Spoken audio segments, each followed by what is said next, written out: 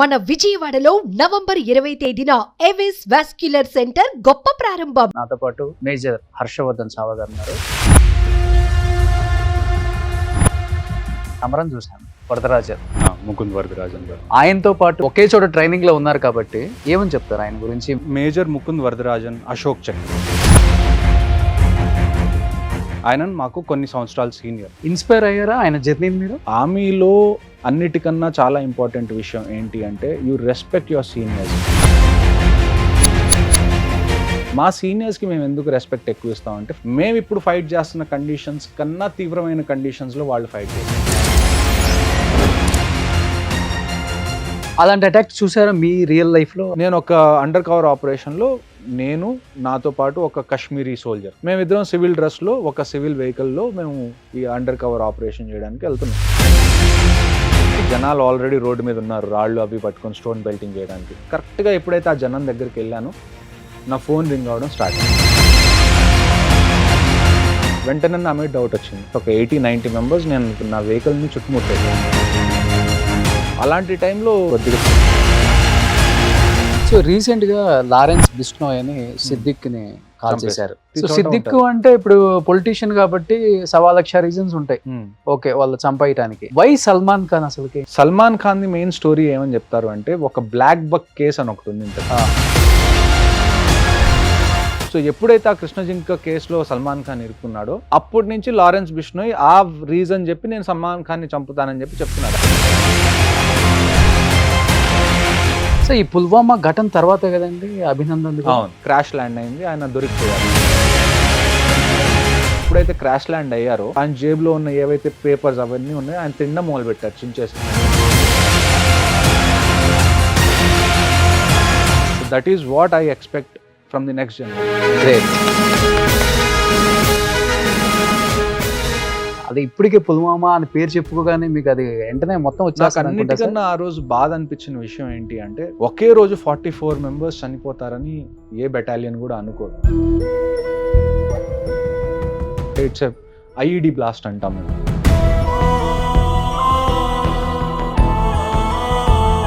వాళ్ళ గౌరవ ప్రకారంగా వాళ్ళ కోసం ఒక బాక్స్ పెట్టి దాని మీద ఫ్లాగ్ కప్పారే కానీ వాళ్ళ ఇంటికి ఆ మనిషి కంప్లీట్ బాడీ ఎవరి బాడీ కూడా చేరలేదు.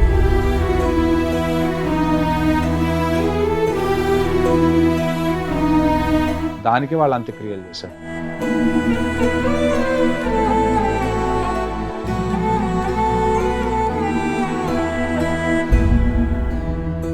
Hi hello, welcome to Suman TV. నేను మీ రోషన్. ప్రజెంట్ నాతో పాటు మేజర్ హర్షవర్ధన్ సావ గారు ఉన్నారు.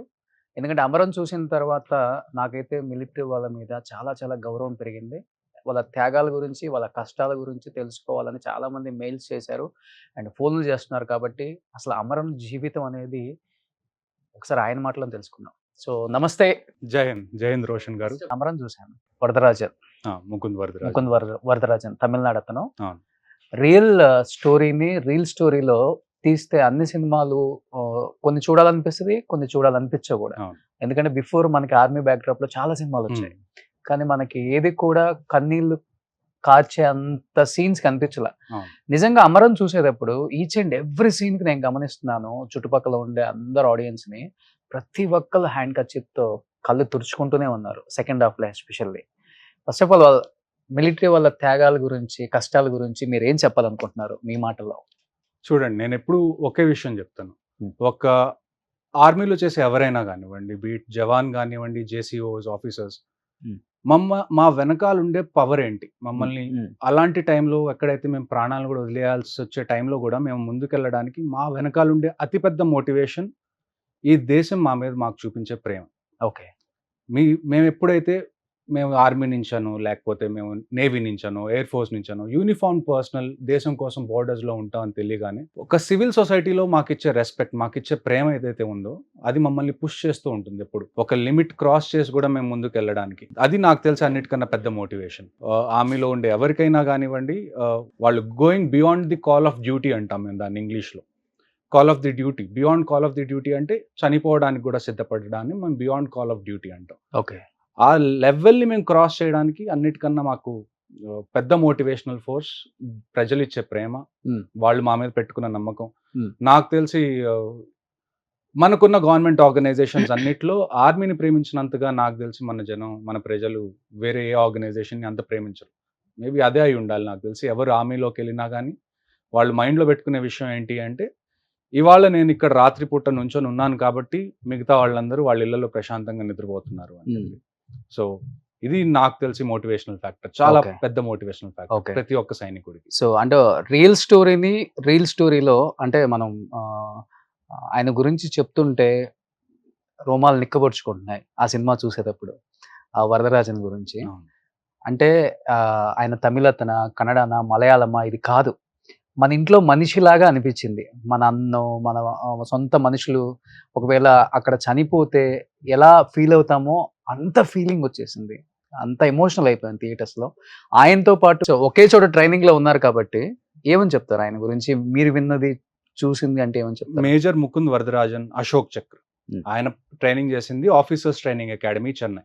ఆయన మాకు కొన్ని సంవత్సరాలు సీనియర్. Hmm. నేను కూడా ఆ తర్వాత ఆఫీసర్స్ ట్రైనింగ్ అకాడమీ చెన్నైకి వెళ్ళి నేను కూడా ఓకే. ట్రైనింగ్ చేసి, అంటే మనకి బేసిక్గా 3-4 అకాడమీస్ ఉన్నాయి ఇండియాలో.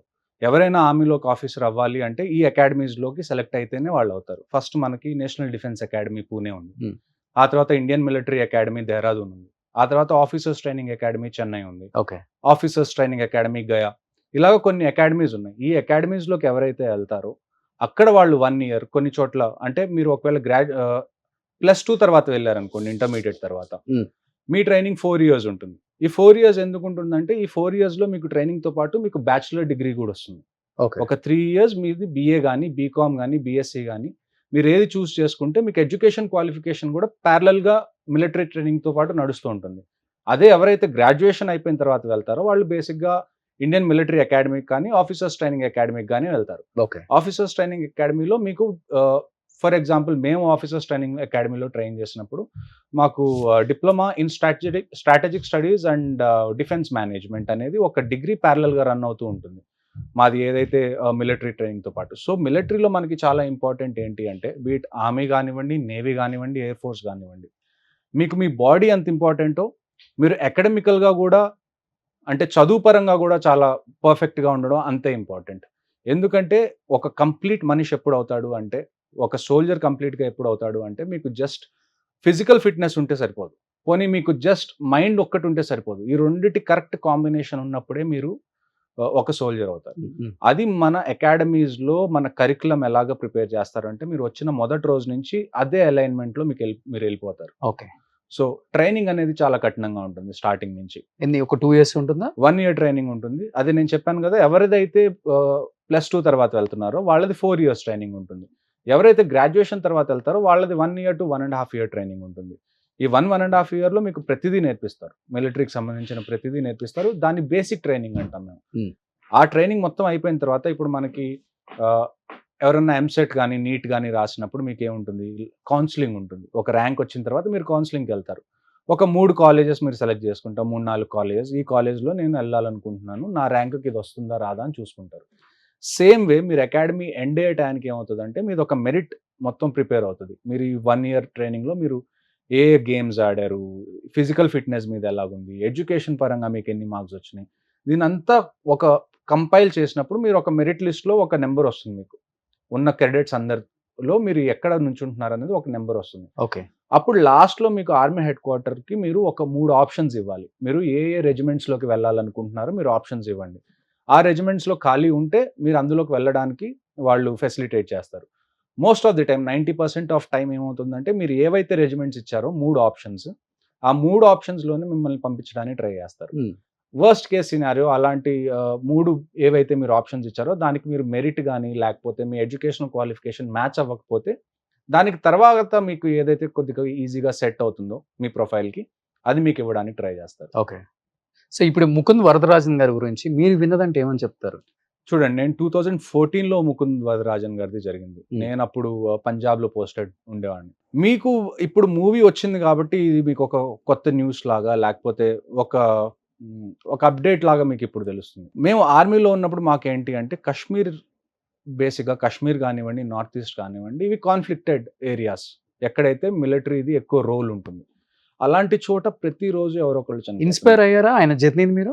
ఖచ్చితంగా ఆ? ఖచ్చితంగా ఆర్మీలో అన్నిటికన్నా చాలా ఇంపార్టెంట్ విషయం ఏంటి అంటే యూ రెస్పెక్ట్ యువర్ సీనియర్స్. ఎందుకంటే ఇప్పుడు మనకి ఫెసిలిటీస్ ఒకసారి చూసుకుంటే మనకి సోషల్ మీడియా ఉంది అంటే అవును. ఇప్పుడు బై టైం టు టైం మనకి ఏమైంది, మన ఎక్విప్మెంట్ అంతా బెటర్ అయిపోయింది. ఒకవేళ మీరు ఇంతకుముందు మంచుకొండల్లో పని చేయాలి అంటే ఇప్పుడు మంచుకొండల్లో పని చేయాలి అంటే ఇప్పుడు మీ దగ్గర ప్రతిదానికి ఎక్విప్మెంట్ ఉంది, ఓకే. ఈజీగా మీరు ఎక్కగలగడానికి. అంటే ఇంతకుముందు ఒక షూ బరువు మంచుకొండల్లో వేసుకునేది 3-3.5 కేజీలు ఉంటే టెక్నాలజీ వల్ల ఇప్పుడు ఏమైంది, అది 1.5 కేజీకి లైట్ వెయిట్ వచ్చేసి. లైట్ వెయిట్ వచ్చేసినాయి. మా సీనియర్స్కి మేము ఎందుకు రెస్పెక్ట్ ఎక్కువ ఇస్తామంటే ఫస్ట్ విషయం ఏంటి అంటే వాళ్ళే మాకు అన్ని నేర్పించారు. రెండో విషయం ఏంటి అంటే మేము ఇప్పుడు ఫైట్ చేస్తున్న కండిషన్స్ కన్నా తీవ్రమైన కండిషన్స్లో వాళ్ళు ఫైట్ చేశారు. ఆ రెస్పెక్ట్ అనేది ఎప్పుడు మాకు ఉంటుంది. వాళ్ళు మాకు గురువులు. వాళ్ళు ఏదైతే ఫౌండేషన్ వేశారో దాని మీదే ఇప్పుడు వరకు ఇండియన్ ఆర్మీ నడుస్తుంది. ఇప్పుడు నుంచనే కాదు, ముకుంద్ గారని కాదు, అంతకు ముందు నుంచి కూడా ఎప్పుడైతే మనం ఇండిపెండెంట్ ఇండియా అయ్యాం అప్పటి నుంచి ఎన్ని వార్స్ జరిగినాయి, ఎంతమంది. ఇప్పుడు మీరు ఒక కార్పొరేట్ కంపెనీ తీసుకున్నారు అనుకుందాం ఫర్ ఎగ్జాంపుల్, మీకు ఎలాగుంటుంది, మీకు P&L స్టేట్మెంట్స్ ఉంటాయి, ప్రాఫిట్స్ అండ్ లాసెస్. మహా అయితే ఏం పోతుంది, డబ్బు పోతుంది. కానీ ఇక్కడ ఒక తప్పు జరిగితే మీది ఏం పోతుంది, మీది ప్రాణం పోతుంది.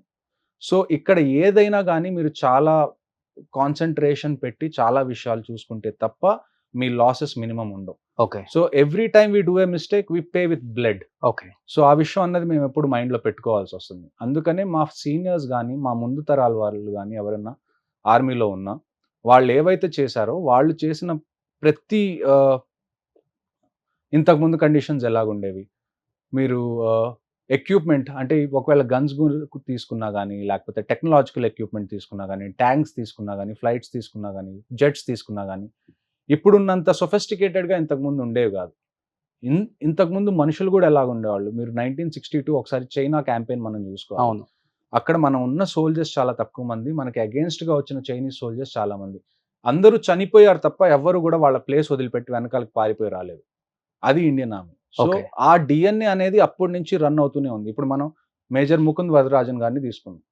ఆయనకి టెర్రరిస్ట్ అక్కడ కనపడ్డారు, టెర్రరిస్ట్తో ఆయన ఫైట్ చేశారు. ఆయన వెనక్కి ఎక్కడన్నా ఒగ్గారా, నాకు బుల్లెట్లు తగిలినాయి అన్న తెలిసిన తర్వాత కూడా ఆయన ఫైట్ చేసి టెర్రరిస్ట్ని చంపారు. ఓకే. అవును. సో మనకి ఇంపార్టెంట్ ఏంటి అంటే శత్రువు ఎంత పవర్ఫుల్ ఉన్నా కానీ మన సంకల్పం ఎలాగ ఉండాలి అంటే ఈ దేశాన్ని నేను కాపాడుకుంటాను అని చెప్పి నేను యూనిఫామ్ వేసుకున్నప్పుడు, నేను ప్రతిజ్ఞ తీసుకున్నప్పుడు దానికి కట్టుబడి ఉండాలి అన్న ప్రిన్సిపల్ అనేది ఆర్మీలో చాలా చాలా చాలా చాలా ఫస్ట్ రోజు నుంచి మీకు ఇంగ్రెయిన్ చేస్తారు. అలాంటి అటాక్ చూసారా మీ రియల్ లైఫ్ లో? అంటే మీరు నేను ఫేస్ కాశ్మీర్ చేసినవి ఉన్నాయా? లైక్ మీరు అన్నారు బుల్లెట్ తగిలినా కానీ శత్రువును చంపాలన్నదే ఆయన ధ్యేయం. అంతే. శత్రువును చంపి బయటకు వచ్చి ఇలా ఒక సింబల్ చెప్తారు ఆయన. ఉమ్. వావ్! ఆ సీన్ చూస్తుంటే థియేటర్ లో అసలు గూస్బంప్స్ అండి. అలా చెప్పి ఆయన పడిపోతారు కదా. ఆయన అందులో ఆపరేషన్ లో కూడా జరిగింది ఏంటి అంటే దూరం నుంచి అబ్జర్వ్ చేస్తున్నారు మిగతా వాళ్ళందరూ. అవును. ఆయన బయటకు వచ్చినప్పుడు ఫస్ట్ వాళ్ళకి అర్థం కాలేదు ఆయనకి నిజంగా బుల్లెట్స్ తగిలినాయని. ఆయన ఇంకొకళ్ళకి ఆయన నొప్పి కూడా తెలియనివ్వలేదు. ఆ తర్వాత ఆయనకి ఎప్పుడైతే నేను టెర్రరిస్టులు అందరినీ చంపేశాను అని కన్ఫర్మేషన్గా ఆయన కన్ఫర్మ్ అనిపించిందో ఆ తర్వాత ఆయన కింద పడ్డారు. సో నేను అదే చెప్తుంది, మీ రియల్ లైఫ్ లో చూసారా, ఫేస్ చేశారు అలాంటివి? ఫేస్ చేశాను నేను. Okay. కాశ్మీర్లో సేమ్ అదే రాష్ట్రీయ రైఫిల్స్ దేనిలో అయితే మేజర్ ముకుంద్ వరదరాజన్ గారు సర్వ్ చేశారో నేను కూడా అందులోనే సర్వ్ చేశాను. Hmm. బెటాలియన్స్ వేరు, కాకపోతే బేసికలీ రాష్ట్రీయ రైఫిల్స్ అనేది కాశ్మీర్లోనే డిప్లాయ్ అయి ఉంటుంది. Hmm. అది anti terrorism operations purely Rashtriya Rifles అంటే. Okay. Even I was part of Rashtriya ఏంటి రైఫిల్స్. రాష్ట్రీయ రైఫిల్స్ అంటే ఏంటండి అసలు? ఇప్పుడు 1990లో ఎప్పుడైతే కాశ్మీరీ పండిట్స్ అందరూ వెళ్ళిపోయారు, పలాయనం చేశారు మన కాశ్మీర్ వ్యాలీ నుంచి, ఓకే. ఆ తర్వాత అక్కడ టెర్రరిజం బాగా పెరిగిపోయింది. ఆ టైంలో నేను మీకు ఒక విషయం చెప్తాను. కాశ్మీరీస్ది ఒక ట్రెడిషనల్ డ్రెస్ ఒకటి ఉంటుంది వింటర్స్లో వేసుకునేది, దాన్ని ఫేర్ అని అంటాం. ఇప్పుడు మీ కుర్తా ఉంది కదా, ఈ కుర్తానే ఇంకా కొద్ది లాంగ్గా ఉంటుంది, దాన్ని వూల్తో తయారు చేస్తారు. ఓకే. ఇప్పుడు వింటర్స్లో ఏమవుతుంది, కాశ్మీర్ లాంటి ప్లేస్లో మనకి మంచు ఎక్కువ పడుతుంది. సో లోకల్స్ ఏం చేస్తారంటే ఒక బుట్ట ఉంటుంది, ఒక బుట్ట తయారు చేసుకుంటారు, కాంగడి అంటారు దాన్ని. అందులో బొగ్గులు నింపుకొని వాళ్ళు 2 చేతులు ఆ కుర్తా లోపల పెట్టుకొని, అది కొద్దిగా లూజ్గా ఉంటుంది. సో లోపల ఇలా కాంగడి పట్టుకొని తిరుగుతారు బయటకు వెళ్ళేటప్పుడు, కొద్దిగా వేడి అంటే హీటర్ లాగా అది. సో 1990sలో ఈ కాశ్మీరీ పండిత్ ఎక్స్పోర్టర్స్ అయిపోయిన తర్వాత కాశ్మీర్ వ్యాలీలో వెపన్స్ ఎంత ఓపెన్గా తిరిగేవి అంటే కాంగడి బదులు టెర్రరిస్టులు AK-47 పెట్టుకొని తిరిగేవాళ్ళు.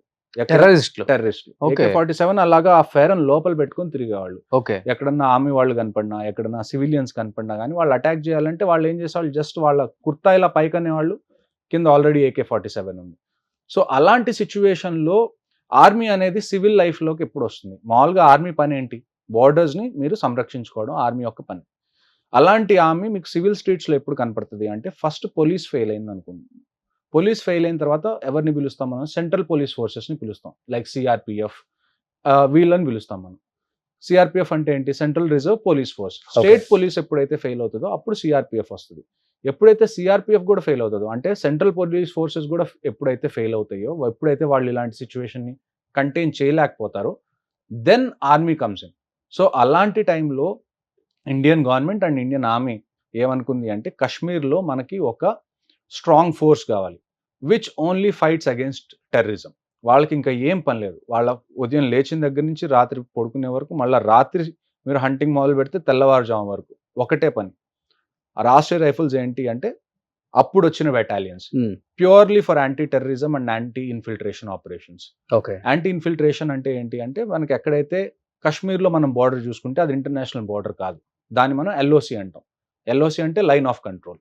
సో లైన్ ఆఫ్ కంట్రోల్ని దాటి ఎవరైతే టెర్రరిస్ట్ పాకిస్తాన్ నుంచి కశ్మీర్లోకి ఎంటర్ అవుతున్నారో వాళ్ళని చంపడం కోసం, ఎవరైతే జనాలు కశ్మీర్లో పుట్టి పెరిగినా కానీ వాళ్ళు పాకిస్తాన్లోకి వెళ్ళిపోయి టెర్రరిస్ట్ లాగా మారిపోతుంటే వాళ్ళని చంపడం కోసం పుట్టిన బెటాలియన్సే Rashtriya Rifles battalions. Okay. So Rashtriya Rifles for the last 35 years what it has done is it just cleaned Kashmir from terrorism. కశ్మీర్లో ఎక్కడ ఏ అటాక్ జరిగినా మీకు అందరికన్నా ఫస్ట్ కనపడేది రాష్ట్రీయ రైఫిల్స్. అవును. వాళ్ళ పని ఏంటి అంటే, మా పని ఉదయం లేచిన దగ్గర నుంచి మళ్ళా పడుకునే వరకు ఇట్స్ జస్ట్ హంటింగ్ టెర్రరిస్ట్. మాకు దానికన్నా వేరే పనే ఉండదు. ఎందుకంటే మీరు అన్నట్లుగా మిలిటరీ ఆర్మీ అంటే ఎమర్జెన్సీ సిచ్యువేషన్ లో చాలా వరకు మనం రీసెంట్ గా చూసుకుంటే వైనాడ్ కూడా ఫ్లడ్స్ లో ఆ బ్రిడ్జి అనేది 48 hours లోనే దాన్ని బిల్డ్ చేసి, నేను అక్కడికి లైవ్ చేయడానికి వెళ్ళాను. ఓ మై గాడ్, వాళ్ళ గొప్పతనం, వాళ్ళ డెడికేషన్, వాళ్ళ హార్డ్ వర్క్ ఆ రోజు కళ్ళతో చూశాను సార్. నేను మీకు ఒక ఇంట్రెస్టింగ్ విషయం చెప్తాను. నేను ఎప్పుడైతే నా ట్రైనింగ్ అయిపోయిందో, నేను చెప్పాను కదా ఇందాక మీకు, ప్రతి ఒక్కళ్ళకి వాళ్ళ రెజిమెంట్స్ చూస్ చేసుకోవడానికి వాళ్ళకి 3 ఆప్షన్స్ ఇవ్వాల్సి వస్తుంది. ఓకే. నాకు పేరెంట్ రెజిమెంట్ అంటే నా పేరెంట్ యూనిట్ ఏదైతే ఉందో అది 53 ఇంజనీర్ రెజిమెంట్. బేసిక్గా what is engineer regiment Indian ఆర్మీలో? నేను అందరికీ ఒక విషయం చెప్పేది ఏంటి అంటే, ఎస్పెషల్లీ మన స్టేట్లో ఎక్కువ మందికి ఎవరికైతే ఆర్మీ గురించి ఎవరికి తెలియదు కాబట్టి నేను మీకు చెప్తుంది ఏంటి అంటే, మీరు బీటెక్ చేస్తే it's not necessary that you have to only work for corporate.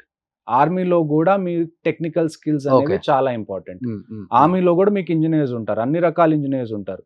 ఇప్పుడు మొన్న బ్రిడ్జ్ కట్టారు, ఆ బ్రిడ్జ్ కట్టాలి అంటే మీకు ఎలా కనపడుతుంది? మీకు ఉట్టి స్ట్రెంగ్త్ కనపడుతుంది. మీకు సివిల్ ఇంజనీర్స్ కావాలి. మాకేం కనపడుతుంది? ఒక సివిల్ ఇంజనీర్ ఎవరైతే ఆర్మీలో ఉన్నారో హీ ఈజ్ ఆల్సో ఏ కాంబెటెంట్, యూనిఫామ్లోనే ఉంటారు. అదొక స్కిల్. ఎలాగంటే ఫస్ట్ మనం గ్యాప్ మెజర్ చేస్తాం, ఎంత గ్యాప్ ఉంది, ఎంత బ్రిడ్జ్ కట్టాలి, దానికి క్యాలిక్యులేషన్స్ ఉంటాయి. ఆ తర్వాత బ్రిడ్జ్ అనేది మీకు దాని కాంపోనెంట్స్లో వస్తాయి, చిన్న చిన్న కాంపోనెంట్స్లో వస్తే దాన్ని మీరు కట్టుకుంటూ వెళ్తారు. దానికి మీకు లోడ్ కావాలి. So you have to first calculate. ఎందుకంటే ఆర్మీ చేసే ప్రతి పనికి ఒక టైం లిమిట్ ఉంటుంది, ఇంత టైంలో మీరు కంప్లీట్ చేయాలి అని చెప్పి. సో మీరు ఎక్కడి నుంచి క్యాలిక్యులేషన్ స్టార్ట్ చేస్తారా అంటే, ఒక్కొక్క ప్యానెల్ బరువు ఎంత ఉంది, ఒక ట్రక్లో ఎన్ని ప్యానెల్స్ వస్తాయి, మనకి ఎన్ని ట్రక్లో ఎన్ని ప్యానెల్స్ కావాలి, ఆ ట్రక్స్ అన్ని ఎంత దూరం నుంచి రావాలి, దానికి ఎంత టైం పడుతుంది, ఈ లాజిస్టిక్స్ అన్ని మనం సెట్ చేసుకుంటాం ఫస్ట్. ఈ లాజిస్టికల్ ఒకవైపు పక్కన పెడితే, దాని తర్వాత మీరు ఏం చేస్తారు, ఆ వచ్చిన కాంపోనెంట్స్ అన్నిటిని మనం కట్టుకొని దాన్ని పట్టుకొని దాంతో మనం బ్రిడ్జ్ ఎలా కడుతున్నాం. ఇక్కడ మీకు టెక్నికల్ మైండ్ సెట్ అనేది మీకు ఉపయోగపడుతుంది. ఈ వచ్చిన కాంపోనెంట్స్ అన్ని మీకు మెకానికల్గా కాదు, మీరు ఫిజికల్గా ఉన్న సోల్జర్స్ ఎవరైతే ఉన్నారో వాళ్ళు ఎత్తి ఆ ప్యానెల్స్ అన్ని ఒక్కొక్కటి యాడ్ చేసి మీరు ఒక బ్రిడ్జ్ కడతారు. ఇక్కడ మీకు ఏం అవసరం ఉంటుంది? మ్యాన్ పవర్ అవసరం ఉంటుంది. సో ఆర్మీ అంటే జనరల్గా ఒక పర్సెప్షన్ ఏంటి సివిల్ వరల్డ్లో అంటే, వీళ్ళు బార్డర్స్ దగ్గర ఉంటారు అని తప్ప లోపల ఎలాగుంటుందో ఎక్కువ మందికి తెలియదు. లోపల ఎలాగుంటుంది అంటే, మీకు లాజిస్టిక్స్ వాళ్ళు, ఫర్ ఎగ్జాంపుల్ మీరు బీటెక్ చేశారు, మీరు సివిల్ ఇంజనీర్ చేశారు, ఆర్మీలో మీ ఉపయోగం ఉంటుంది. మీరు కంప్యూటర్ ఇంజనీర్ ఫర్ ఎగ్జాంపుల్, ఆర్మీకి కూడా ఆర్మీ సాఫ్ట్వేర్స్ కావాలి. ఆర్మీ సాఫ్ట్వేర్స్ మీద ఎవరు అటాక్ చేయకుండా సైబర్ సెక్యూరిటీ స్పెషలిస్ట్ కావాలి. ఆ తర్వాత మీకు ఆర్మీ కోసం టెలికమ్యూనికేషన్స్ కావాలి. ఆ తర్వాత మీకు ఆర్మీ కోసం మెకానికల్ ఇంజనీర్స్ కావాలి. సో ఇంజనీరింగ్ ఉన్న ప్రతి స్ట్రీమ్, ఇప్పుడు మీరు వరల్డ్ వార్ 1, వరల్డ్ వార్ 2 చూసుకున్నా కానీ జర్మన్స్ ఎందుకు మనకన్నా చాలా అంటే ఆ టైంలో చాలా అడ్వాన్స్డ్ ఆర్మీ, ఎందుకంటే వాళ్ళ దగ్గర టెక్నాలజికల్ స్కిల్స్ ఎక్కువ ఉన్నాయి. వాళ్ళు అప్పట్లో మెషిన్స్ ఎక్కువ కనిపెట్టేవాళ్ళు, గన్స్ ఎక్కువ కనిపెట్టేవాళ్ళు. ఈ గన్ అనేది అట్ ది ఎండ్ మెషిన్ కదా, మీకు ఇంజనీర్స్ లేకుండా మెషిన్స్ ఎక్కడి నుంచి వస్తాయి? సో మీరు ఇంజనీర్స్ అయినా, మీరు డాక్టర్స్ అయినా, మీరు లాయర్స్ అయినా, మీరు టీచర్స్ అయినా, మీ అందరికీ ఆర్మీలో స్కోప్ ఉంది. ఆర్మీ అంటే it's not just you go and fight. అందులో ఆర్మీలో బేసిక్గా 3 వింగ్స్ ఉంటాయి. ఓకే. ఒకటి ఏంటి అంటే ఫైటింగ్ ఫోర్సెస్, ఆ తర్వాత మీకు టెక్నికల్ ఫోర్సెస్ ఉంటాయి, ఆ తర్వాత మీకు లాజిస్టికల్ యూనిట్స్ కూడా ఉంటాయి. సో ఈ 3 ఒక సింక్రనీలో పని చేసినప్పుడే మీకు ఒక టాస్క్ అనేది మీరు అచీవ్ చేయగలుగుతారు. సో ఇప్పుడు కమింగ్ టు అమరంలో సార్, ఇప్పుడు కాశ్మీర్ లో పాపులేషన్ ఎంత ఉంటుంది అసలుకి? ఆల్మోస్ట్ ఒక మీకు 1 CR అనుకోవచ్చు. 1 CR ఉంటుంది. 1 CR వరకు ఉంటుంది. 1 CR ఉంటే ఇప్పుడు ఆ కాశ్మీర్ లో ఎప్పుడైతే మనం అటాక్ చేయాలని వెళ్ళినప్పుడు, మన ఇండియన్ ఆర్మీ వెళ్ళినప్పుడు, అక్కడ ఉన్న లోకల్ పీపుల్ ఎందుకని వీళ్ళని అటాక్ చేయటం అసలుకి? అంటే రాళ్లతో స్టోన్ పెల్టింగ్ ఇవన్నీ ఇప్పుడు ఆర్టికల్ కళతో చూసారా ఇవన్నీ? మీ మీద జరిగాయి ఈ అటాక్స్? నా మీద జరిగినాయి. ఆర్టికల్ 370 తర్వాత చాలా వరకు తగ్గినాయి, కానీ దాని ముందు చాలా ఫ్రీక్వెంట్ గా అయ్యేది. ఓకే. ఇప్పుడు ఎలా ఉండేది అసలు అక్కడ సిచ్యువేషన్ ఎలాగుండేది అంటే, మీరు మూవీస్ లో కానీ లేకపోతే న్యూస్ లో ఎప్పుడైనా మీరు కాశ్మీర్ లో ఏదైనా న్యూస్ వస్తే మీరు చూడండి, every army vehicle has a grill. Okay. Window ఏదైతే మనది విండ్షీల్డ్ ఉంటుందో దాని మీద గ్రిల్ ఉంటుంది. ఆ గ్రిల్ ఎందుకు ఉంటుంది అంటే, ఒకప్పుడు స్టోన్ పెల్టింగ్ చాలా ఎక్కువ ఉండేది కాశ్మీర్లో. ఇప్పుడు ఈ మధ్య చాలా తగ్గిపోయింది, కానీ ఆల్మోస్ట్ ఒక 2005, 2006 నుంచి స్టార్ట్ చేస్తే ఆల్మోస్ట్ 2017, 2018 వరకు, ఈవెన్ ఆర్టికల్ 370 వరకు కూడా ఎక్కడన్నా ఏదన్నా ఆపరేషన్ జరిగితే అక్కడ ఏం చేసేవాళ్ళు అంటే, మసీద్ నుంచి కాల్ చేయడం కానీ, అంటే అక్కడ స్పీకర్స్ ఉంటాయి కదా మసీద్లో, ఇక్కడ ఆపరేషన్ జరుగుతుంది, ఈ ఆపరేషన్ని మీరు ఆపాలి అని చెప్పి అక్కడ ఉన్న లోకల్ ఎవరైతే ప్రజలు ఉంటారో వాళ్ళని రెచ్చగొట్టి, వాళ్ళని గుంపులుగా బయటికి తీసుకొచ్చి వాళ్ళకి డబ్బులు ఇచ్చి వాళ్ళ చేత స్టోన్ పెల్టింగ్ చేయించేవాళ్ళు. ఆపరేషన్స్ సెపరేట్ టీమ్ ఉంటుంది దానికి. సపరేట్ టీమ్ అంటే ఇంకా మీరు ఎలా చూసుకోవాలి, అక్కడ ఇంత ముందు అన్ఎంప్లాయ్మెంట్ చాలా ఎక్కువ. ఎందుకంటే మీరు లాస్ట్ 35 years నుంచి చూసుకుంటే కాశ్మీర్లో they has been continuous violence. ఇంత వైలెన్స్ ఉన్నప్పుడు మీకు ఇంకా వేరే ఏం ఆపర్చునిటీస్ అక్కడ లేవు. అలాంటి టైంలో జనాలకి డబ్బులు కావాలి. డబ్బులు వీళ్ళు ఏం చేస్తారు, పాకిస్తాన్ నుంచి ఫండ్స్ వస్తాయి, అక్కడ లోకల్ గా ఎవరైతే హ్యాండ్లర్స్ ఉంటారో వాళ్ళు ఆ డబ్బులు తీసుకుంటారు. ఆ డబ్బులు రోజుకి నీకు 500 రూపాయలు అన్నట్టు పంచి వాళ్ళ చేత స్టోన్ పెల్టింగ్ చేయించడం, ఇవన్నీ చేయించేవాళ్ళు. ఓకే. ఆర్టికల్ 370 ఎప్పుడైతే తీసేశారో అప్పటి నుంచి కొద్దిగా కాదు ఆల్మోస్ట్ తగ్గిపోయిందని, ఇప్పుడు 90% తగ్గిందని చెప్పుకోవచ్చు. 95% వరకు తగ్గిపోయిందని చెప్పుకోవచ్చు. ఎందుకంటే ఒకసారి ఆర్టికల్ 370 తీసేసిన తర్వాత government also invested a lot. అక్కడ కొత్త విషయాలు తీసుకురావడం, ఎడ్యుకేషన్ మీద ఎక్కువ ఫోకస్ పెట్టడం, స్పోర్ట్స్ మీద ఎక్కువ ఫోకస్ పెట్టడం, దీనివల్ల డ్రగ్స్ మీద కొద్ది కంట్రోల్ తీసుకురావడం. దీనివల్ల ఏమవుతుంది అంటే, జనాలు కొత్త ఆపర్చునిటీస్ అన్ని వెతుక్కోవడంలో బిజీ అయిపోయి ఎవరు ఇప్పుడు స్టోన్ పెల్టింగ్ చేయట్లేదు. ఇంతకుముందు జనాల దగ్గర ఏం ఉండేది కాదు కాబట్టి, అక్కడ కంటిన్యూస్ గా టెర్రరిస్ట్ అటాక్ అవుతుంటే టూరిజం కూడా ఎక్కువ ఫ్లరిష్ అవ్వదు కాబట్టి వాళ్ళకి డబ్బుల కోసం వాళ్ళు స్టోన్ పెల్టింగ్ ఇవన్నీ చేసేవాళ్ళు. ఓకే. ఒక రకంగా చెప్పాలంటే జమ్మూలో ఒక రకంగా ఉంటుంది, కాశ్మీర్ లో ఒక రకంగా ఉంటుంది. మీరు జమ్మూ కాశ్మీర్ ని మొత్తం అర్థం చేసుకోవాలంటే, మీరు ఇంతకు ముందు ఆంధ్రప్రదేశ్ అలాగుందో దాన్ని అర్థం చేసుకుంటే మీకు ఈజీగా అర్థం అవుతుంది. ఎక్కడైతే మనకి రాయలసీమ ఉందో, అంటే నేను మీకు ఓరియంటేషన్ చెప్తున్నాను రఫ్ గా, రాయలసీమ ఎక్కడైతే ఉందో దాన్ని మీరు జమ్మూ అనుకోండి, తెలంగాణ ఎక్కడైతే ఉందో దాన్ని మీరు కాశ్మీర్ అనుకోండి, ఓకే, కోస్తా ఆంధ్ర ఎక్కడైతే ఉందో దాన్ని మీరు లద్దాఖ్ అండ్ కార్గిల్ అనుకోండి. ఇందులో మనకి జమ్మూలో ఏంటి అంటే ఇట్స్ ఎ మిక్స్డ్ పాపులేషన్. మీకు హిందూస్ ఉంటారు, ముస్లిమ్స్ ఉంటారు, ఆ తర్వాత గుజ్జర్స్, బకర్వాల్స్ అని చెప్పి వీళ్ళు నొమాడిక్ అనమాట. నొమాడిక్ అంటే గొర్రెలు కాచుకునే వాళ్ళు. ఓకే. వీళ్ళు ఒకే చోట ఉండరు, వీళ్ళు మూవ్ అవుతూ ఉంటారు వాళ్ళ గొర్రెలతో పాటు, వాళ్ళ టెంట్స్ తీసుకొని. ఇలాంటి కమ్యూనిటీస్ అన్ని కలిసిమెలిసి ఉంటారు జమ్మూలో. ఓకే. అదే మీరు కాశ్మీర్లోకి వస్తే, కాశ్మీర్లో it's almost 97 to 98% Muslim population. Okay. ఆ తర్వాత మీకు లద్దాఖ్ లో ఏంటంటే మళ్ళీ మీకు బుద్ధిస్ట్ పాపులేషన్ ఉంది, ముస్లిం పాపులేషన్ మిక్స్ ఉంది, అక్కడ Hindu population a little bit. Okay. So ఇది బేసిక్ గా ఒక జమ్మూ అండ్ కాశ్మీర్ కంపోజిషన్ మీరు చూసుకుంటే ప్రజలు ఎలా ఉంటారు, వాళ్ళ రిలీజియస్ బిలీఫ్స్ ఏంటి అంటే ఇది. ఓకే. సో జమ్మూలో మనకి ఇంటర్నల్ గా పెద్ద ఏమి ఇష్యూ ఏం లేదు. జమ్మూలో కూడా ఇప్పుడు రీసెంట్ గా అటాక్స్ స్టార్ట్ అయినాయి, కానీ అవన్నీ పాకిస్తాన్ నుంచి ఇటువైపు ఎంటర్ అయిన వాళ్ళు చేస్తున్న అటాక్స్ అవి. కానీ కాశ్మీర్లో మీరు చూసుకుంటే ఏంటి అంటే, కాశ్మీర్లో మేము టెర్రరిస్ట్ని 2 రకాలుగా డిఫైన్ చేస్తాం. మేము ఐటీ అంటాం, లేకపోతే ఎఫ్టీ అంటాం. ఐటీ అంటే ఇండియన్ టెర్రరిస్ట్, ఎఫ్టీ అంటే ఫారెన్ టెర్రరిస్ట్.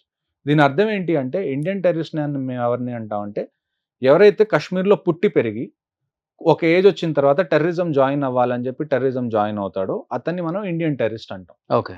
ఎవరైతే పాకిస్తాన్లో పుట్టి పెరిగి లేకపోతే వేరే ఏ కంట్రీలో అన్న పుట్టి పెరిగి అక్కడ టెర్రరిజం అదంతా అలవాటు చేసుకొని ఇండియాలోకి వచ్చి అటాక్ చేయాలనుకుంటున్న వాళ్ళని మనం ఫారెన్ టెర్రరిస్ట్ అంటాం. For Okay. ఎగ్జాంపుల్ కసబ్ వచ్చాడు. Kasab is a foreign terrorist. ఎందుకంటే కసబ్ పాకిస్తాన్ నుంచి వచ్చాడు, ఇండియన్ కాదు కాబట్టి. అదే ఒకవేళ ఇంతకుముందు మనం 2017, 2016 ఆ టైంలో బురన్ వానీ అనే పేరు బాగా వినపడింది కశ్మీర్. అవును అవును.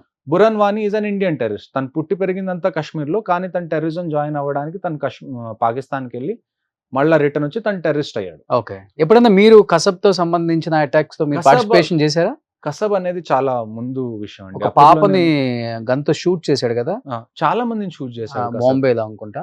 అది కసబ్ది జరిగినప్పుడు 26/11 జరిగినప్పుడు నేను కాలేజ్ 26/11 నేను కాలేజ్ లో ఉన్నా. దాని తర్వాత నేను తైకో ఆమె- ఎక్కడో తగిలింది అది. మీరు ఇప్పుడు 26/11 చూసుకుంటే అది ఎలా జరిగింది. మీరు ఒక రైల్వే స్టేషన్ లో అందరు ఉన్నారు, వాళ్ళు రైల్వే స్టేషన్ లోకి ఎంటర్ అయ్యారు, ఎవరికి ఇష్టం వచ్చినట్టు వాళ్ళని కాల్ చేశారు. ఆ తర్వాత నారిమన్ పాయింట్ కానివ్వండి, అక్కడ బేకరీ ఒకటి ఉండేది అందులో కానివ్వండి. అంటే టెర్రరిస్ట్ పబ్లిక్ ఏంటంటే ఫైర్ చేసినప్పుడు ఎవరికి ఏది తగులుతుంది ఎయిమ్ చేసి ఫైర్ చేయరు. ఇలాంటి పబ్లిక్ స్పేసెస్ లో ఏదైనా అల్లకల్లోలం చేయాలంటే కళ్ళు మూసుకొని వాళ్ళు ఫైర్ చేసినా కానీ ఎవరికొకళ్ళు తగులుతుంది, పబ్లిక్ స్పేస్ కాబట్టి. సో అలాగా ఆ ఒక్క పాపే కాదు, చాలా మంది చాలా కోల్పోయారు, చాలా మంది చనిపోయారు కూడా, చాలా మందికి చాలా ఇంజురీస్ అయినాయి, bullet injuries. Even Taj hotel మొత్తం అక్కడ కూడా చాలా మంది ఇంజూరీ అవును, అయ్యారు. అవును. మన మేజర్ సందీప్ ఉన్నికృష్ణన్ గారు ఆయన కూడా అందులోనే చనిపోయారు. అవును. సో అది 26/11. ఈవెన్ ఆ అమ్మాయికి కూడా గవర్నమెంట్ ఒక 10 lakhs ఏదో ఎడ్యుకేషన్ కి ఒక ఫ్రీగా ఇల్లు కూడా ఇస్తానని చెప్పింది అనుకుంటా. అప్పుడు ఇచ్చిందో ఇవ్వలేదో కానీ. ప్రామిసెస్ అనేవి పొలిటీషియన్స్ చేస్తూ ఉంటారు, అది మరి పొలిటీషియన్స్ చూడాలి వాళ్ళు ఆ ప్రామిసెస్ ఎంత Okay. ఫుల్ఫిల్ చేస్తున్నారు అన్నది. ఓకే. ఇప్పుడు కాశ్మీర్ లో 1 crore పాపులేషన్ కదా, లైఫ్ స్టైల్ ఎలా ఉంటుందండి అక్కడ? కశ్మీర్ లో మీరు బేసిక్ గా చూసుకుంటే అక్కడ 2 మెయిన్ ఎంప్లాయ్మెంట్ ఆపర్చునిటీస్ కి రెండే ఉన్నాయి ఇప్పటి వరకు అయితే. ఫస్ట్ మీకు టూరిజం, చాలా మంది కశ్మీర్ కి టూరిజం కోసం వెళ్తారు. మీకు కాశ్మీర్ తెలిసిందే. యాపిల్ ఎంత ఫేమస్. ఆ తర్వాత మీకు మన దాన్ని ఏమంటారు అక్కడ క్యాష్ క్రాప్స్ అనేవి. నేను మీకు ఒక విషయం చెప్తాను, నేను ఎక్కడైతే నా రూమ్ ఏదైతే ఉండేదో దాని బయట చాలా గులాబీ మొక్కలు ఉండేవి, వైల్డ్ రోసెస్. ఎవరు దాని నీళ్లు కూడా పోసేవాళ్ళు కాదు, కానీ ఒక్కొక్క గులాబీ నా అరచేతి అంత గులాబీలు పూసేవి, ఎవరు అవునా? పట్టించుకోకపోయినా. సో అక్కడ బేసిక్ గా ఏంటంటే సాయిల్ బాగా ఫర్టైల్. సో మీకు ప్రపంచంలో one of the costliest food item ఏంటి? కేసర్, కుంకుమ పువ్వు. కుంకుమ పువ్వు కేజీ మీకు మంచిది కావాలంటే కోట్లలో ఉంటుంది. 1.5 lakh 2 lakhs ఒక కేజీ ఉంటుంది కుంకుమ పువ్వు. సో అక్కడ కుంకుమ పువ్వు పండుతుంది. టన్స్ వస్తుంది మనకి కోట్లలో ఇక్కడికి. అవును. కుంకుమ పువ్వు కశ్మీర్ తర్వాత మళ్ళా పండేది ఎక్కడ అంటే ఇరాన్ లో, ఈ మధ్యలో ఇంకెక్కడ పండదు. సో అది ఉంది. ఆ తర్వాత మీకు ఆల్మండ్స్ ఉన్నాయి, ఆ తర్వాత వాల్నట్స్ ఉన్నాయి, ఆ తర్వాత మీకు యాపిల్స్ ఉన్నాయి. సో ఇలాంటి క్యాష్ క్రాప్స్ అనేవి అక్కడ చాలా ఉన్నాయి. ఆర్చర్డ్స్ చాలా ఉంటాయి మీకు సౌత్ కాశ్మీర్ లో చూసుకుంటే. మీరు ఈవెన్ ఇప్పుడు అమరన్ గురించి మాట్లాడారు కదా, ఆ ఆపరేషన్ కూడా దాన్ని ఏమంటారు యాపిల్ ఆర్చర్డ్స్ లోనే జరిగింది అసలు operation. Okay. So Apple orchards లో చాలా మంది టెర్రరిస్ట్ దాక్కొని ఉంటారు. ఇప్పుడు మనకి పొలాలు ఉంటాయి కదా, ఇక్కడ పొలాల్లో ఏంటంటే ఎవరన్నా నుంచుంటే మీకు ఈజీగా కనపడతారు. అదే యాపిల్ తోటల్లో ఏంటంటే మీరు ఎంతమంది టెర్రరిస్టులు అక్కడ ఉన్నా కానీ అక్కడ కనపడరు. వాళ్ళకి ఈజీగా క్యామోఫ్లాజ్ చేసుకోవడానికి చాలా ఈజీగా ఉంటుంది అక్కడ. ఓకే. సో ఇది బేసిక్ గా వాళ్ళు వాళ్ళ వృత్తులు ఏవైతే ఉన్నాయి, మళ్ళీ హ్యాండీక్రాఫ్ట్స్ చాలా బాగుంటాయి, ఆర్ట్ చాలా ఫేమస్ కశ్మీర్ది. ఓకే. సో బేసిక్ గా వీటి మీద డిపెండ్ అవుతారు. ఎప్పుడైతే టెర్రరిజం బాగా ఎక్కువ ఉన్న టైంలో టూరిజం అనే దానికి అన్నిటికన్నా ఫస్ట్ దెబ్బ పడుతుంది. ఆ తర్వాత ఎక్కడైతే నేను చెప్పాను కదా ఇందాక వీళ్ళు యాపిల్ ఆర్చర్డ్స్ లో కూడా చాలా టెర్రరిస్ట్ ఉన్నప్పుడు వీళ్ళు ఫార్మింగ్ మీద కూడా దెబ్బ పడుతుంది. సో లాస్ట్ 35 years ఎప్పుడైతే 1990లో కశ్మీరీ పండిట్స్ బయటికి వెళ్ళిపోయారో కశ్మీర్ నుంచి, ఇప్పుడు మనం 2024లో ఉన్నాం. ఆల్మోస్ట్ 34-35 years నుంచి అక్కడ శాంతి అనేది లేదు. సో బేసిక్ గా మీరు కశ్మీర్ని చూసుకుంటే మీరు ఒక ప్రాంతం ఏదైతే లాస్ట్ 35 years నుంచి వైలెన్స్ లో ఏదైతే ఉందో ఆ ప్రాంతం కశ్మీర్ అని చెప్పుకోవాలి. ఇప్పుడు పుల్వామా కట్టినప్పుడు మీరు ఉన్నారా? పుల్వామా జరిగినప్పుడు నేను అక్కడే ఉన్నాను. ఓకే. నేనున్న ప్లేస్ నుంచి హార్డ్లీ 8 to 9 kilometers దూరంలో అది జరిగింది. Okay. Pulwama. So we were one of the first responders. ఇంకొకటి ఏంటి అంటే ఆ రోజు చెప్తారు కదా కంటికి కట్టినట్టు కనిపిస్తుంది అని చెప్తాం కదా మనం. అది ఇప్పటికే పుల్వామా అని పేరు చెప్పుకోగానే మీకు అది వెంటనే మొత్తం నాకు వచ్చేస్తుంది అనుకుంటా సార్? అన్నిటికన్నా ఆ రోజు బాధ అనిపించిన విషయం ఏంటి అంటే ఈవినింగ్ నేను ఒకసారి నా అకామిడేషన్కి రాగానే నాకు సిఆర్పిఎఫ్ నుంచి ఫోన్ వచ్చింది. ఆ రోజు 44 మంది సిఆర్పిఎఫ్ మన జవాన్లు చనిపోయారు. కశ్మీర్లో అప్పట్లో పరిస్థితి ఎలాగా అంటే మీరు మార్కెట్లోకి వెళ్ళి ఒక కొట్లో ఇండియా ఫ్లాగ్స్ కొనుక్కునే పరిస్థితి కాదు అప్పుడు. ఓపెన్ గా ఇండియా ఫ్లాగ్స్ కూడా అమ్మేవాళ్ళు కాదు. మేము మా దగ్గర కొన్ని రీజన్ ఏమైనా ఉందా సార్ దానికి? ఎందుకంటే టెర్రరిస్ట్ కదా. ఇప్పుడు మీరు ఫర్ ఎగ్జాంపుల్ మీది ఒక షాప్ అనుకుందాం కశ్మీర్లో, మీకు ఇండియా ఫ్లాగ్స్ పెట్టి అమ్మాలనే ఉంది, కానీ టెర్రరిస్ట్ కి తెలిసింది అనుకోండి మీ దగ్గర ఇండియా ఫ్లాగ్స్ ఉన్నాయి అని చెప్పి, వాడు ఎప్పుడు సైలెంట్ గా వచ్చి ఎప్పుడు మీ మీద ఫైర్ చేస్తాడో మీకు తెలియదు. మీ మీదకి వచ్చినప్పుడు ఆర్మీ అక్కడే ఉంటది అని చెప్పి మేము గ్యారంటీ ఇవ్వలేం కదా. ఆర్మీ ఏంటి పెట్రోలింగ్ చేస్తా తిరుగుతూ ఉంటుంది. టెర్రరిస్ట్‌కి ఎంత టైం కావాలి? గట్టిగా వాడికి 3 to 4 సెకండ్స్ కావాలి. నేను చెప్పాను వాడు ఒక పిస్టల్ తీసుకొని వస్తాడు బైక్ మీద సైలెంట్‌గా. మీ షాప్ దగ్గరికి వస్తాడు, మీ మీద ఫైర్ చేస్తాడు, వాడు పారిపోతాడు. ఇండియా ఫ్లాగ్స్ అమ్ముతున్నాడని. అమ్ముతున్నా అని. సో దొంగతనంగా అమ్మాల్సిందే. అసలు అమ్మేవాళ్ళు కాదు ఎవరు. ఆ. ఫస్ట్ ఏంటంటే చాలా వరకు లోకల్ సెంటిమెంట్ ఇంతకు ముందు ఆర్టికల్ 370 ముందు టువర్డ్స్ పాకిస్తాన్ ఉండేది. మేము పాకిస్తాన్‌లో జాయిన్ అవుదాం అనుకునే వాళ్ళ సంఖ్య, వాళ్ళ పర్సెంటేజ్ ఎక్కువ ఒకప్పుడు ఓకే. కాశ్మీర్‌లో. ఇప్పుడు ఆర్టికల్ 370 తీసేసిన తర్వాత ఎప్పుడైతే మనం కొద్దిగా డెవలప్‌మెంట్ చేసి మనం ఆపర్చునిటీస్ ఇవ్వడం స్టార్ట్ చేసాం. ఇప్పుడు వాళ్ళు కొద్దిగా నార్మల్‌గా ఆలోచించడం మొదలుపెట్టారు. ఇంతకుముందు ఏంటంటే they used to only think on basis of religion. మేము ముస్లిమ్స్, పాకిస్తాన్‌లో ఉన్నది కూడా ముస్లిమ్స్ కాబట్టి మేము పాకిస్తాన్‌లోకి వెళ్ళిపోతాం. ఇది బేసిక్‌గా ఇప్పుడు 97% నేను చెప్పాను కదా ముస్లిం పాపులేషన్ అని. సో ఎక్కువ మంది అఫిలియేషన్ పాకిస్తాన్ వైపు ఉండేది ఒకప్పుడు. కానీ ఇప్పుడు చిన్న చిన్నగా అది ఆ మైండ్ సెట్ అనేది మారుతుంది ఆర్టికల్ 370 తర్వాత. సో అలాంటి టైంలో మేము ఏం చేస్తామంటే మేము ముందు నుంచే కొన్ని ఫ్లాగ్స్ మా దగ్గర పెట్టుకుంటాం. ఎప్పుడన్నా ఎవరైనా చనిపోవచ్చు, వాళ్ళ బాక్స్ మీద ఆ ఫ్లాగ్ కప్పాలి వాళ్ళ బాడీ మీద అని. కానీ ఏ రోజు కూడా మీరు ఒకే రోజు 44 మంది చనిపోతారని అనుకోరు కదా. ఆపరేషన్స్ జరుగుతాయి, ఒకళ్ళు చనిపోతారు, ఇద్దరు చనిపోతారు. మీరు ఇప్పుడు ముకుంద్ వరదరాజన్ గారిది చూడండి, ఆ రోజు ఇద్దరు చనిపోయారు, ఆయన బడ్డీ కదా. ఒకే రోజు 44 మెంబర్స్ చనిపోతారని ఏ బెటాలియన్ కూడా అనుకోదు. సో అలాంటి టైంలో సిఆర్పిఎఫ్ వాళ్ళు ఉదయం 44 మంది చనిపోతే వాళ్ళ బాడీస్ది కూడా ఏం మిగలలేదు అసలు. మొత్తం గుజ్జులాగా, అంటే ఇట్స్ ఐఈడి బ్లాస్ట్ అంటాం మేము. ఐఈడి అంటే ఇంప్రొవైజ్డ్ ఎక్స్ప్లోజివ్ డివైస్. బేసిక్గా బాంబుని మేము ఐఈడి అంటాం. ఓకే. ఒక అతని కారులో మొత్తం బాంబ్స్ ఫిక్స్ చేసుకొని సిఆర్పిఎఫ్ ఏదైతే బస్సు వెళ్తుందో ఆ బస్సును వచ్చి ఢీ కొట్టి అది డెటోనేట్ చేశాడు. సో బస్సు మొత్తం చల్లాచెదురైపోయింది, బాడీస్ అన్ని చల్లాచెదురైపోయినాయి. వాళ్ళ గౌరవ ప్రకారంగా వాళ్ళ కోసం ఒక బాక్స్ పెట్టి దాని మీద ఫ్లాగ్ కప్పారే కానీ వాళ్ళ ఇంటికి ఆ మనిషి కంప్లీట్ బాడీ, ఎవ్వరి బాడీ కూడా చేరలేదు. ఆ రోజు ఈవినింగ్ నాకు సిఆర్పిఎఫ్ ఫోన్ చేసి మీ దగ్గర ఎక్స్ట్రా ఫ్లాగ్స్ ఏమైనా ఉన్నాయా అని అడిగినప్పుడు నాకు బాధేసింది చాలా. అంటే నా మొత్తం మిలిటరీ కెరీర్లో నాకు అన్నిటికన్నా బాధేసింది అదే. That is the most painful day for me.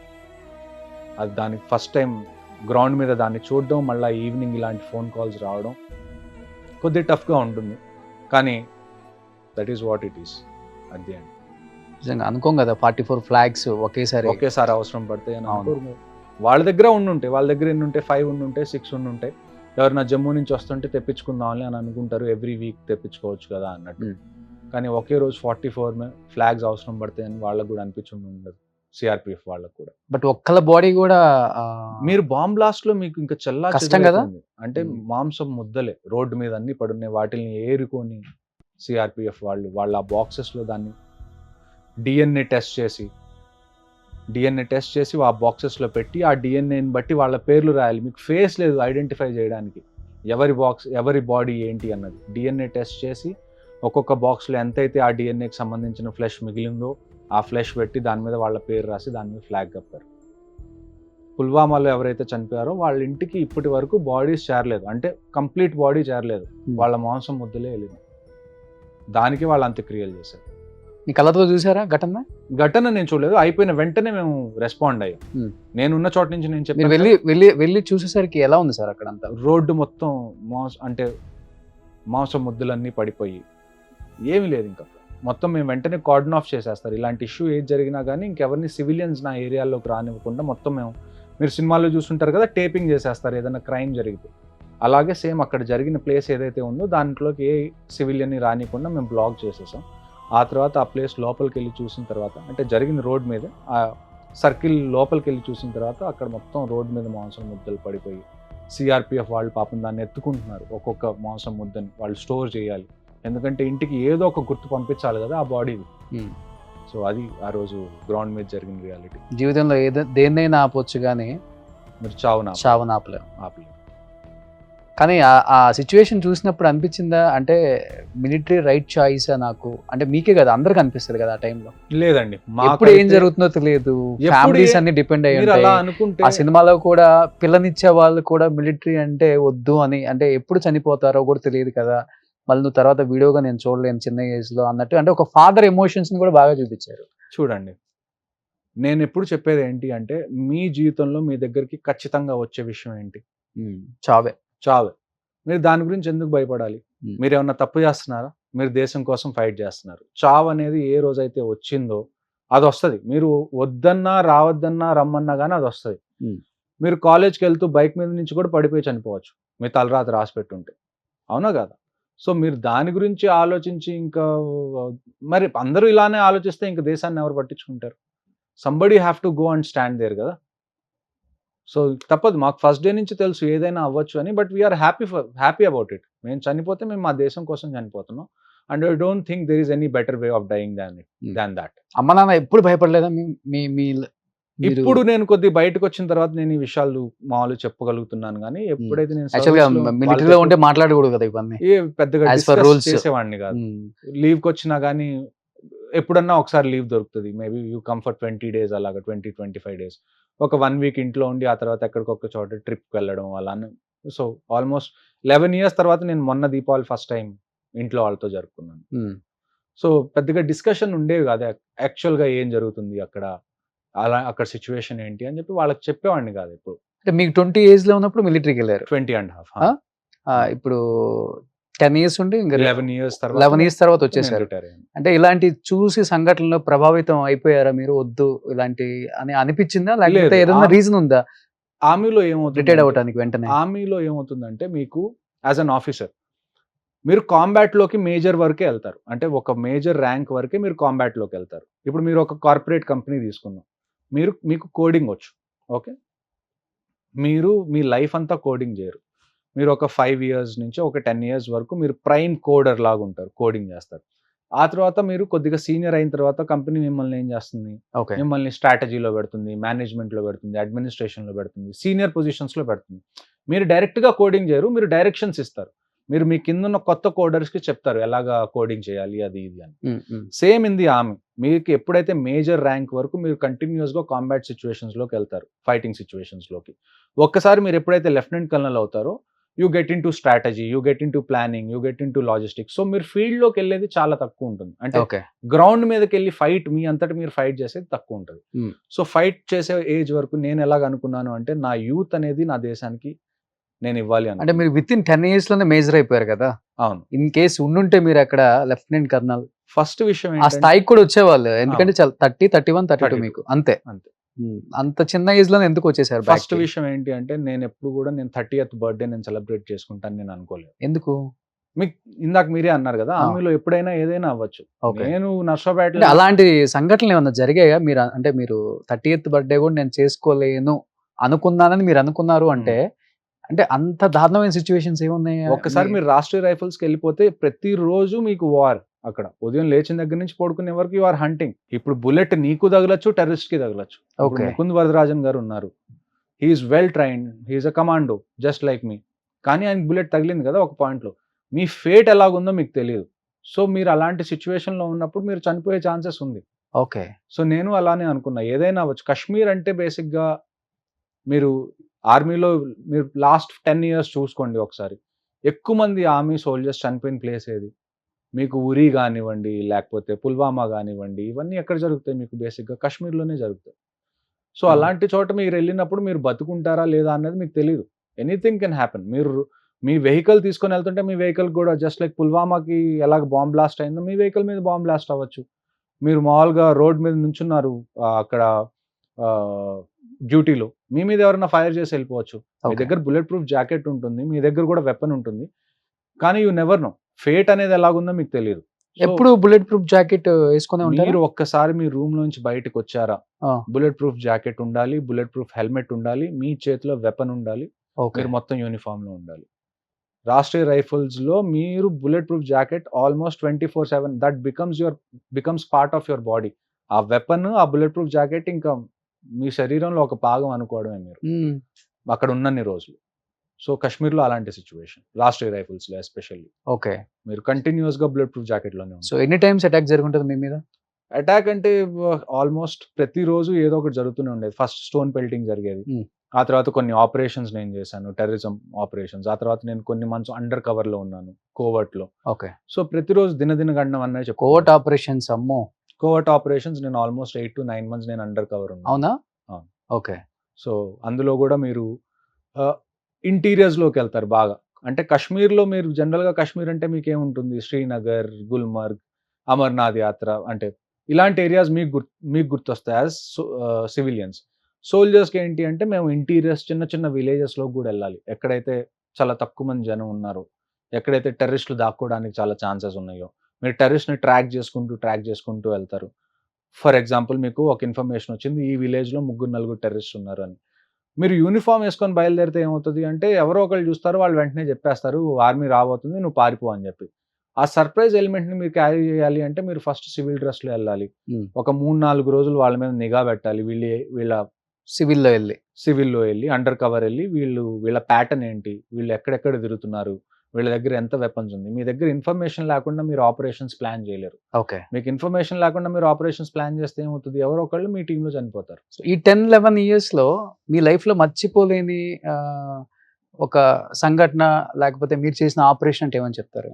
Operation ఒకటి ఏంటి అంటే నేను ఇలానే అండర్ కవర్లో నేను సౌత్ కాశ్మీర్లో తిరుగుతున్నాను. సౌత్ కాశ్మీర్లో మీకు టెర్రరిస్ట్ బాగా ఎక్కువ. ఓకే. అక్కడ లోకల్స్ కూడా దానికి చాలా సపోర్ట్ చేస్తారు. అంటే వాళ్ళ ఇళ్లలో వాళ్ళని దాచిపెట్టుకోవడాలు. ఎందుకంటే మీరు ఎలా చూసుకోవాలి, ఈ టెర్రరిస్టులు అవుతున్న వాళ్ళు అక్కడి నుంచి వెళ్ళిన వాళ్ళే కదా, అక్కడి నుంచి పాకిస్తాన్లోకి ఎంటర్ అయ్యి టెర్రరిజంలో జాయిన్ అయ్యి రిటర్న్ వచ్చారు. సో వాళ్ళ ఊర్లో చాలా మంది వాడికి తెలుసు. ఒక ఇంట్లో వాళ్ళ మామయ్య ఉంటే ఒకళ్ళ ఇంట్లో వాళ్ళ బాబాయ్ ఉంటాడు, ఒకళ్ళ ఇంట్లో వాళ్ళ పెద్దనాన్న ఉంటాడు. సో ఫ్యామిలీ కాబట్టి వీళ్ళకి ఇంట్లో చోటు ఇవ్వడం ఇలాంటివి చేస్తూ ఉంటారు. అలాంటప్పుడు ఏమైందంటే సేమ్ బెటాలియన్ ఏదైతే మేజర్ ముకుంద్ వరదరాజన్ గారు 44 RR అది 44 రాష్ట్రీయ రైఫిల్స్ ఆ ఏరియాలో నేను తిరుగుతున్నాను. ఆ రోజు కూడా సేమ్ ఒక ఆపరేషన్ అయింది. ఆ ఆపరేషన్ అవ్వగానే ఏమైంది అంటే అక్కడ మసీద్ నుంచి కాల్ వచ్చింది వీళ్ళందరికీ, నార్మల్ జనాలకి, అక్కడికి ఇక్కడ ఆపరేషన్ జరుగుతుంది, ఆపరేషన్ డిస్రప్ట్ చేయండి అని చెప్పి. అందరు జనాలు ఆల్రెడీ రోడ్డు మీదకి వచ్చున్నారు. ఇది ఆర్టికల్ 370 తర్వాత. ఆర్టికల్ 370 అప్పుడు ఏం జరిగింది అంటే రేపు ఆర్టికల్ 370 తీసేస్తున్నారు అనగా ఇవాళ రాత్రి మొత్తం కమ్యూనికేషన్ బ్లాక్ అయిపోయింది కాశ్మీర్లో. ఈవెన్ ఫర్ సోల్జర్స్ మీది ల్యాండ్ లైన్స్ పనిచేయట్లేదు, మొబైల్స్ పనిచేయట్లేదు, మీ ఇంటర్నెట్ పనిచేయట్లేదు. ఇలాగ ఒక 6-7 months కంటిన్యూస్గా ఇంటర్నెట్ లేదనమాట. నాకు ఒక 2-3 months తర్వాత ఏమైందంటే నేను పోలీస్ వీళ్ళతో మాట్లాడుకొని ఏజెన్సీస్తో I have taken a new number, నా ఫోన్ పనిచేయడం స్టార్ట్ చేసింది. నేను ఒక అండర్ కవర్ ఆపరేషన్లో నాతో పాటు ఒక కాశ్మీరీ సోల్జర్ అంటే అతను కాశ్మీరీ అతను, కాకపోతే ఇండియన్ ఆర్మీలో సోల్జర్. మేమిద్దరం సివిల్ డ్రెస్లో ఒక సివిల్ వెహికల్లో మేము ఈ అండర్ కవర్ ఆపరేషన్ చేయడానికి వెళ్తున్నాం. అంటే కొంతమంది టెర్రరిస్ట్ని ట్రాక్ చేయడానికి. కరెక్ట్గా ఎప్పుడైతే ముకుంద్ వరదరాజన్ గారి బెటాలియన్ ఏరియాకి ఎప్పుడైతే మేము వెళ్ళామో అక్కడ ఆపరేషన్ జరుగుతుంది. జనాలు ఆల్రెడీ రోడ్డు మీద ఉన్నారు, రాళ్ళు అవి పట్టుకొని స్టోన్ బెల్టింగ్ చేయడానికి. కరెక్ట్గా ఎప్పుడైతే నేను తప్పించుకోవచ్చులే కొద్ది సైడ్ నుంచి వెళ్ళిపోదాం, ఎందుకంటే కాశ్మీరీ డ్రైవర్ ఉన్నాడు and at the same time Kashmiri soldier ఉన్నాడు కదా, కాశ్మీరీలో మాట్లాడి వెళ్ళిపోవచ్చు అనుకున్నాను. కరెక్ట్గా ఎప్పుడైతే ఆ జనం దగ్గరికి వెళ్ళానో నా ఫోన్ రింగ్ అవ్వడం స్టార్ట్ అయింది. ఓకే. అందులో ఇష్యూ ఏంటి, ఇంకెవ్వరిది ఫోన్ పనిచేయట్లా కాశ్మీర్లో, నా ఒక్కడి ఫోన్ రింగ్ అవుతుంది. వెంటనే నా మీద డౌట్ వచ్చింది, ఇక్కడ ఫోన్ అసలు పనిచేయట్లేదు కదా, ఇతని ఫోన్ ఎలా పనిచేస్తుంది, ఖచ్చితంగా ఇతను ఆర్మీ అతను అయి ఉంటాడని చెప్పి ఆల్మోస్ట్ ఒక 80-90 మెంబర్స్ నా వెహికల్ని చుట్టుముట్టేశారు కర్రలతో లేకపోతే స్టోన్స్తో, వీటన్నిటిలో చంపేయాలి ఇవాళ అది ఇది అని చెప్పి. ఎలాగోలా తెలుగులో మాట్లాడి ఏమైందంటే ఆ రోజు వాళ్ళందరూ మీదకి వచ్చేసారు. లైట్గా నేను విండో దించి తెలుగులో మాట్లాడడం స్టార్ట్ చేశాను. వాళ్ళు హిందీలో ఇంగ్లీష్లో మాట్లాడడానికి చాలా ట్రై చేస్తున్నారు. వాళ్ళు ఎంత ట్రై చేసినా కానీ నాకు వేరే ఏ లాంగ్వేజ్ రాదు, నాకు ఒట్టి తెలుగే వచ్చు అని చెప్పి నేను తెలుగులో మాట్లాడడం స్టార్ట్ చేశాను. వాళ్ళు నా దగ్గర నుంచి ఫోన్ కూడా లాక్కున్నారు. ఫోన్లో ఓపెన్ చేసి చూస్తేనేమో అన్ని నెంబర్స్ అన్నీ కూడా తెలుగులో సేవ్ అయ్యి ఉన్నాయి. సో ఆల్మోస్ట్ ఒక 1.5 hour వరకు నేను ఆ గుంపులో ఇరుక్కుపోయాను. వెనకాల ఎవరైతే కాశ్మీరీ సోల్జర్ ఎవరైతే ఉన్నారో అతను వీళ్ళకి ఎక్స్ప్లెయిన్ చేయడానికి ట్రై చేస్తున్నాడు. ఇతను సౌత్ నుంచి ఇప్పుడు టూరిస్ట్ చుట్టూ తిరగడానికి వచ్చాడు, మీడియా కూడా అతను పనిచేస్తాడు, 370 తర్వాత కండిషన్స్ ఎలాగున్నాయో ఊరికి ఒకసారి చూద్దాము, వాళ్ళ ఛానల్ కోసం అన్నట్టుగా వచ్చారు. ఇక్కడికి వచ్చిన తర్వాత సెక్రటేరియట్లో మాట్లాడుకొని ఆయన ఫోన్ నెంబర్ తీసుకున్నారు రీసెంట్గానే. ఆయనకి ఫోర్సెస్కి ఏం సంబంధం లేదని ఒకవైపు నుంచి ఆ అబ్బాయి నచ్చ చెప్తున్నాడు, ఒకవైపు నుంచి నన్ను తీసుకెళ్ళి ఏదో ఒక ఇంట్లో బంధిద్దాం అని చెప్పి వాళ్ళు ట్రై చేస్తున్నారు. ఇలాంటి టైంలో తెలుగులో మాట్లాడి ఒక 1 hour అక్కడ స్పెండ్ చేసి వాళ్ళకి అన్ని నచ్చ చెప్పి అక్కడ తప్పించుకొని బయటకు వెళ్ళాను. దట్ ఈస్ ఆల్మోస్ట్, అంటే మిగతా ఆపరేషన్స్లో ఏంటి అంటే నా దగ్గర వెపన్ ఉంది కాబట్టి I'm always on the upper hand. Under cover ఆపరేషన్స్లో ఏమవుతుంది అంటే you are not on the upper hand. ఏదైతే క్రౌడ్ ఉందో ఆ crowd upper hand. Okay. So అలాంటి టైంలో సినిమాలో చూపించినట్టే, అలాంటి టైంలో మీరు దాన్ని ఏమంటారు, కొద్దిగా చాకచక్యంగా వెళ్ళాలి, లేకపోతే మీరు బతకడం కష్టం. ఓకే. సో ఇలాంటి సిచ్యువేషన్స్ చాలా ఉంటాయి. ప్రతి ఒక్కళ్ళు ఫేస్ చేస్తారు. ఎవరైతే ఆ రాష్ట్రీయ రైఫిల్స్ లో ఉన్న ప్రతి ఒక్కళ్ళు, ప్రతి ఒక్క ఆఫీసర్ ఇలాంటి సిచ్యువేషన్ ఫేస్ చేసే ఉంటారు వాళ్ళ లైఫ్ లో. ఓకే. సో ఇది చాలా కామన్ అక్కడ. సో బట్ ఇప్పుడు అక్కడ ఒకటి ఉంటుంది కదా, ఇంట్లో అంటే మగవాళ్ళు ఫైట్ చేసుకోవచ్చు, Hmm. షూట్ చేసుకోవచ్చు ఉంటుంది. కానీ ఇంట్లో ఉన్న ఆడవాళ్ళని, పిల్లల్ని ఏం చేయకూడదు అనేది ఉంటుంది కదా. ఒక అన్సెడ్ రూల్ అది ఉంది. కానీ అది బ్రేక్ చేశారు కదా అది. బ్రేక్ చేశారు. కాశ్మీరీ పండిట్స్ ని, వాళ్ళ వైఫ్స్ ని, అప్పట్లో వచ్చిన చాలా పెద్ద స్టేట్మెంట్ ఏంటి అంటే, కాశ్మీర్ పండిత్ మగవాళ్ళు ఎవరైతే ఉన్నారో మీరందరూ కాశ్మీర్ వదిలిపెట్టి వెళ్ళిపోండి, మీ ఆడవాళ్ళని మా దగ్గర వదిలిపెట్టి వెళ్ళిపోండి అని. ఓకే. సో ఇలాంటి స్టేట్మెంట్స్ అప్పుడు ఇచ్చి వాళ్ళ వైఫ్స్ ని రేప్ చేసి, వాళ్ళ వైఫ్స్ ని చంపి, మీరు కాశ్మీర్ ఫైల్స్ మూవీ చూసుంటారు. అవును. మీరు కాశ్మీర్ ఫైల్స్ మూవీలో మీరు చూసింది హార్డ్లీ నాకు తెలిసి ఒక 10 to 15% మీకు మూవీలో చూపించగలిగారు. అంతేనా? అంతే. రియాలిటీ మీకు చూపిస్తే మీరు ఆ సినిమా దాన్ని ఏమంటారు, నాకు తెలిసి సర్టిఫికేషన్ దగ్గరే అది ఆగిపోతుంది. అంత దారుణంగా అంత ఉంటుందండి. దారుణాలు జరిగినాయి, రక్తపాతం. నేను అదే కదా చెప్పింది, రాష్ట్రీయ రైఫిల్స్ రావాల్సిన అవసరం ఎందుకు వచ్చింది అసలు కాశ్మీర్లో? ఓకే. ఎందుకంటే అంత వైలెన్స్ జరిగింది అక్కడ కాశ్మీరీ పండిట్స్ మీద. ఓవర్ నైట్ మొత్తం ఒక కమ్యూనిటీ మొత్తం ఒక ప్లేస్ వదిలిపెట్టి ఓవర్ నైట్ లో వెళ్ళిపోయిందంటే మీరు అర్థం చేసుకోండి ఏ రేంజ్ లో వైలెన్స్ జరిగిందని అక్కడ. అందుకని కాశ్మీరీ పండిట్స్ వెళ్ళిపోయారు. ఇప్పుడు కాశ్మీరీ పండిట్స్ ఇండియాలోనే రెఫ్యూజీస్ గా బతుకుతున్నారు. అది వాళ్ళ పరిస్థితి. బట్ ఇప్పటికి రేపులు కొనసాగుతున్నాయా? ఇప్పుడు ఇప్పుడు అంత లేదు. ఎందుకంటే ఇప్పుడు వేరే రిలీజన్ వాళ్ళు ఎవరు లేరు కదా. వాళ్ళల్లో వాళ్ళు ఏమన్నా చేస్తే అది ఇప్పుడు క్రైమ్ అవుతుంది, పోలీసులు పట్టుకుంటారు, సిచ్యువేషన్ కొద్ది కంట్రోల్లో ఉంది. కానీ ఆ టైంలో అదేంటి, ఒక కమ్యూనిటీ మొత్తాన్ని వాళ్ళు టార్గెట్ చేశారు. చిన్నపిల్లలను చంపటం, చిన్నపిల్లల్ని దాన్ని చంపారు. రుద్దగా చేయటం, ఎంత దారుణం ఉందో. బట్ ఇప్పుడు మీరు చెప్పారు ఒక ప్లేస్ నుంచి ఇంకో ప్లేస్కి వెళ్ళటానికి కూడా మనకి చాలా టైం పడుతుంది. ఎందుకంటే ఎస్పెషల్లీ ఐస్, Hilly మంచుగడ్డలు areas ఉంటాయి. ఉన్నప్పుడు. ఇప్పుడు చాలా మంది ప్రెగ్నెంట్ ఉమెన్స్ ఉంటారు, Hmm. చిన్నపిల్లలకి ఏదైనా హెల్త్ బాగాలేనప్పుడు ఎలా అండి? ట్రాన్స్పోర్టేషన్ ఉండదు. Hmm. అలాంటి సమయంలో ఎలా అసలు? ఆర్మీ హెల్ప్ చేస్తుందండి. మీకు కాశ్మీర్లో ఏంటి అంటే ఆర్మీ ప్రెజెన్స్ చాలా ఎక్కువ, అవసరం కాబట్టి ఎక్కువ. మీకు కాశ్మీర్ ఎలా చూసుకోవాలి, ఒకవైపు మీరు కాశ్మీర్ మొత్తం మీకు ఎల్ఓసి ఉంది, ఎల్ఓసి దగ్గర అంతా ఆర్మీ ఉంది. మళ్ళీ కాశ్మీర్ వ్యాలీ లోపల రాష్ట్రీయ రైఫిల్స్ మీకు బెటాలియన్స్ ప్రతి చోట కనపడతాయి. ఓకే. ప్రతి చోట అంటే ఒక్కొక్క బెటాలియన్ కి ఒక్కొక్క జ్యూరిస్డిక్షన్ ఉంటుంది, ఈ ఏరియాలో మీరు ఆపరేట్ చేయాలి అని. మీ ఏరియాలో మంచు పడింది ఫర్ ఎగ్జాంపుల్, వెహికల్స్ అవన్నీ రావడానికి ఇబ్బంది అవుతుంది. అలాంటి టైంలో చాలా సార్లు ఆర్మీ లోకల్స్కి హెల్ప్ చేస్తుంది. ఎలా చేస్తుంది అంటే, ఒక మంచం మీద ఒక ప్రెగ్నెంట్ ఆవిడని పెట్టుకొని ఒక 5-6 ఆర్మీ జవాన్స్ ఆవిడని ఎత్తుకొని ఒక 10-15 కిలోమీటర్స్ మెయిన్ రోడ్ వరకు ఆ మంచులో తీసుకెళ్లి అంబులెన్స్ ఎక్కించి హాస్పిటల్ పంపించి 10-15 కిలోమీటర్స్. 10-15 కిలోమీటర్స్ చాలా నార్మల్ విషయం మాకు. ఓకే. మా ట్రైనింగ్ లో మేము 40 కిలోమీటర్స్ 50 కిలోమీటర్స్ ఇలా పరిగెడతాం ఒక్కళ్ళం. ఇందులో 5-6 ఉన్నారు కాబట్టి ప్రశాంతంగా చిన్నగా అయినా కానీ ఫస్ట్ ఆ మంచులో మేము ఒక 10 కిలోమీటర్స్ 15 కిలోమీటర్స్ ఆ మంచాన్ని భుజాన్ని ఎత్తుకొని తీసుకెళ్లి వాళ్ళని అంబులెన్స్ లో పెట్టి పంపిస్తాం. మీరు చెప్పండి, ఈ దేశంలో అందరికన్నా పెద్ద మూవీ స్టార్స్ ఎవరు? ముగ్గురు పేర్లు చెప్పండి. మన దేశంలో మన దేశానికే ముగ్గురు మెయిన్. బాలీవుడ్ తీసుకోండి మీరు, ఫర్ అమితాబ్ బచ్చన్ గారు ఉంటారు, చిరంజీవి గారు ఉంటారు, రజనీకాంత్ గారు ఉంటారు. ఇంకా బాలీవుడ్ లో టాప్ 3 ఎవరు ఇప్పుడు? సల్మాన్ ఖాన్, షారూక్ ఖాన్, అమీర్ ఖాన్. ముగ్గురు ముస్లిమ్సే కదా, అవును, వాళ్ళ యాక్టర్సే కదా. కానీ మీకు మొత్తం కాశ్మీర్ లో ఒక్క మూవీ థియేటర్ కనపడదు. ఎందుకంటే మూవీస్ మాకు హరామ్ అంటారు. ఓకే. ఈ కంట్రీలో మీకు టాప్ 3 బాలీవుడ్ యాక్టర్సే మీకు ముస్లిమ్స్ అయినప్పుడు మీరు ఇది ఎలా చెప్పగలరు? ఈ స్టేట్మెంట్ కాంట్రడిక్టింగ్ కదా ఈ స్టేట్మెంట్. అక్కడ మీకు ఒక్క మల్టీప్లెక్స్ లేదు, ఒక మాల్ లేదు, ఒక మూవీ థియేటర్ లేదు. జనాలు బయటికి వెళ్ళి ఏదన్నా చెయ్యాలి ఒక సండే అంటే ఏమీ లేవు అక్కడ. అవునా?